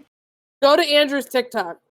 I don't have a TikTok, so good luck with that. Damn it. I have TikTok, but Mal's gonna You teach can me. you can 'cause I find literally me don't know what on I'm Facebook. saying. You can find me on Facebook at Vontography, on Instagram at Vontog, and obviously you're already on Twitch, so you know where to go that. But in case you're one Yeah, of the what the few fuck people is watching from Twitch? Facebook, it is Vontography on Twitch. Do you guys have any upcoming cons? Too many. Too many. I'm gonna be at SoccerCon for one whole day. Only one day? I'm visiting my brother Oh, okay. I will not be on shooting. Saturday, I will not be shooting. and then I have Fanime. Okay. And then Otakon. I will be at I won't be shooting there, but if anyone that's going, I'll be at Midwest Gaming Classic. And then my next con that I'm shooting at is going to be Anime Central. What about you, Bear? I will be at Toronto Comic Con next Saturday, Toracon in Rochester on Sunday, and Why are you then going to Torcon on a Sunday? well, because I'm at Toronto Comic Con on Saturday. Oh. And then I'll be at Anime Boston, Fanime, YetiCon. Damn. Fuck. You going to Canada, boy? And well, yeah, I live like 10 minutes from it. Oh, You that's true. anime. I want to I go can- to Yeti. I want to go to YetiCon next year because I heard it's really good. I'm debating on trying to YetiCon's make. amazing. It's I'm my tr- favorite con. I'm debating on trying to make YetiCon work this year. I heard it's really good. It is. I love I YetiCon technically so much. I have a room for Colossal Con Prime, Karugamesh. but I'm pretty Karugamesh. sure that I'm gonna cancel it, and try and do Yeti instead. So Yes, Hell please. yeah. there's lots of factors there because Yeti's not close for me. So It's not close for no one. You still gotta drive Hell like no. 3 hours to get to the fucking resort or whatever. yeah, From I- Toronto. My cons are MatsuriCon, which no one really cares about unless you're in Ohio, and then Colossal Con Prime and Colossal Con East are the ones I'm planning on so far. Come to so. Fanime. If only I had money. I'm coming to visit you before I then. know. so I wish I could. I miss California. I want to go. You'll see Bear and I, wait. two East Coast losers I, lost. I would go to It's not in Fanime. California, is it? Yeah, San Jose. I would go to Fanime if it wasn't a week off from Anime Central. Like, it's just too close to Anime Central to make it happen for me. Called Venturing Out in Yeah, dude. I don't Anime know. Central is my home con. I will always go to it. I love it, even if it's Fine, whatever. Whatever, loser. So. Thank you, Sarah. Thank you, Bear. Thank you, Mallow, for being on the stream. Thanks for keeping this one crazy and interesting. Thank you, chat. You guys were awesome tonight. You guys, I couldn't even keep up with it. You guys were going so fast. I really appreciate everyone who's been talking and chatting. It's been a hell of a lot of fun. Yeah. It's been a crazy one. I mean, the stream's supposed to go for 2 hours, and we're now we're 3 hours and 8 minutes in. The first half went for 2 hours. Okay, this was a Breath of the Wild 3rd anniversary special. Where we didn't talk about Breath of the Wild at all. Sure. We didn't. So huge thank you to those of you in chat. I'll be streaming again on Tuesday, 1 week from today, but then the next time we're having like a full critique is going to be on It's gonna Tuesday. meet me, Joe, and Mallow all. Hell yeah. Maybe. And me and Joe are gonna be lit. No, it's strong not maybe. Chat, you better DM Andrew right now and say A it's gonna be fair. strong maybe. So Me, March Sarah, and 17th Joe. is the next critique. You guys make Wait. this so hard. You know that? No, I'm just wait, trying wait, to wrap wait, up. wait. God damn it. When's the next critique? Damn it, Bobby. March 17th. No, it needs to be when I get there. When do I get there? I don't know.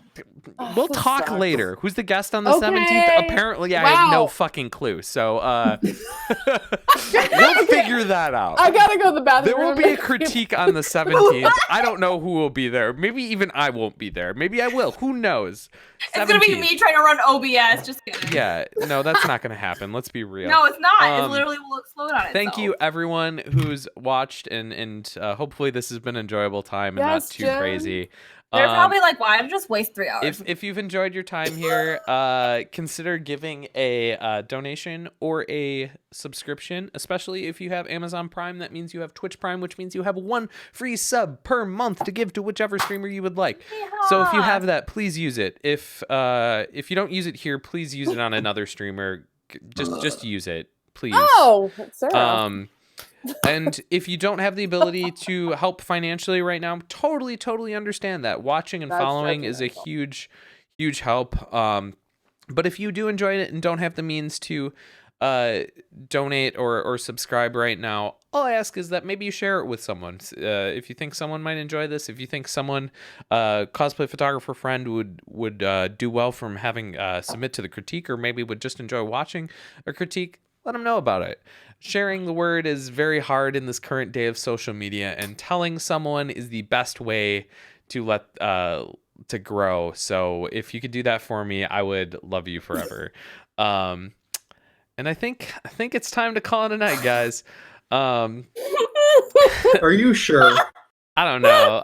Maybe I'll just like leave the camera going for like another 3 hours. Absolutely. Okay, not. we gotta end it. I'm gonna go to bed. Okay. I'm gonna go into Okay, Mallow, you go into your bed now. You just get tucked. Can we just see you just you fall just off get on you just screen? get tucked right in there, Mallow.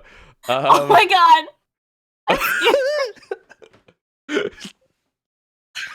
Good night. Good night, everyone, and always think about what you put out into the world. Make it a better place. Good night, everyone. Bye. Bye-bye.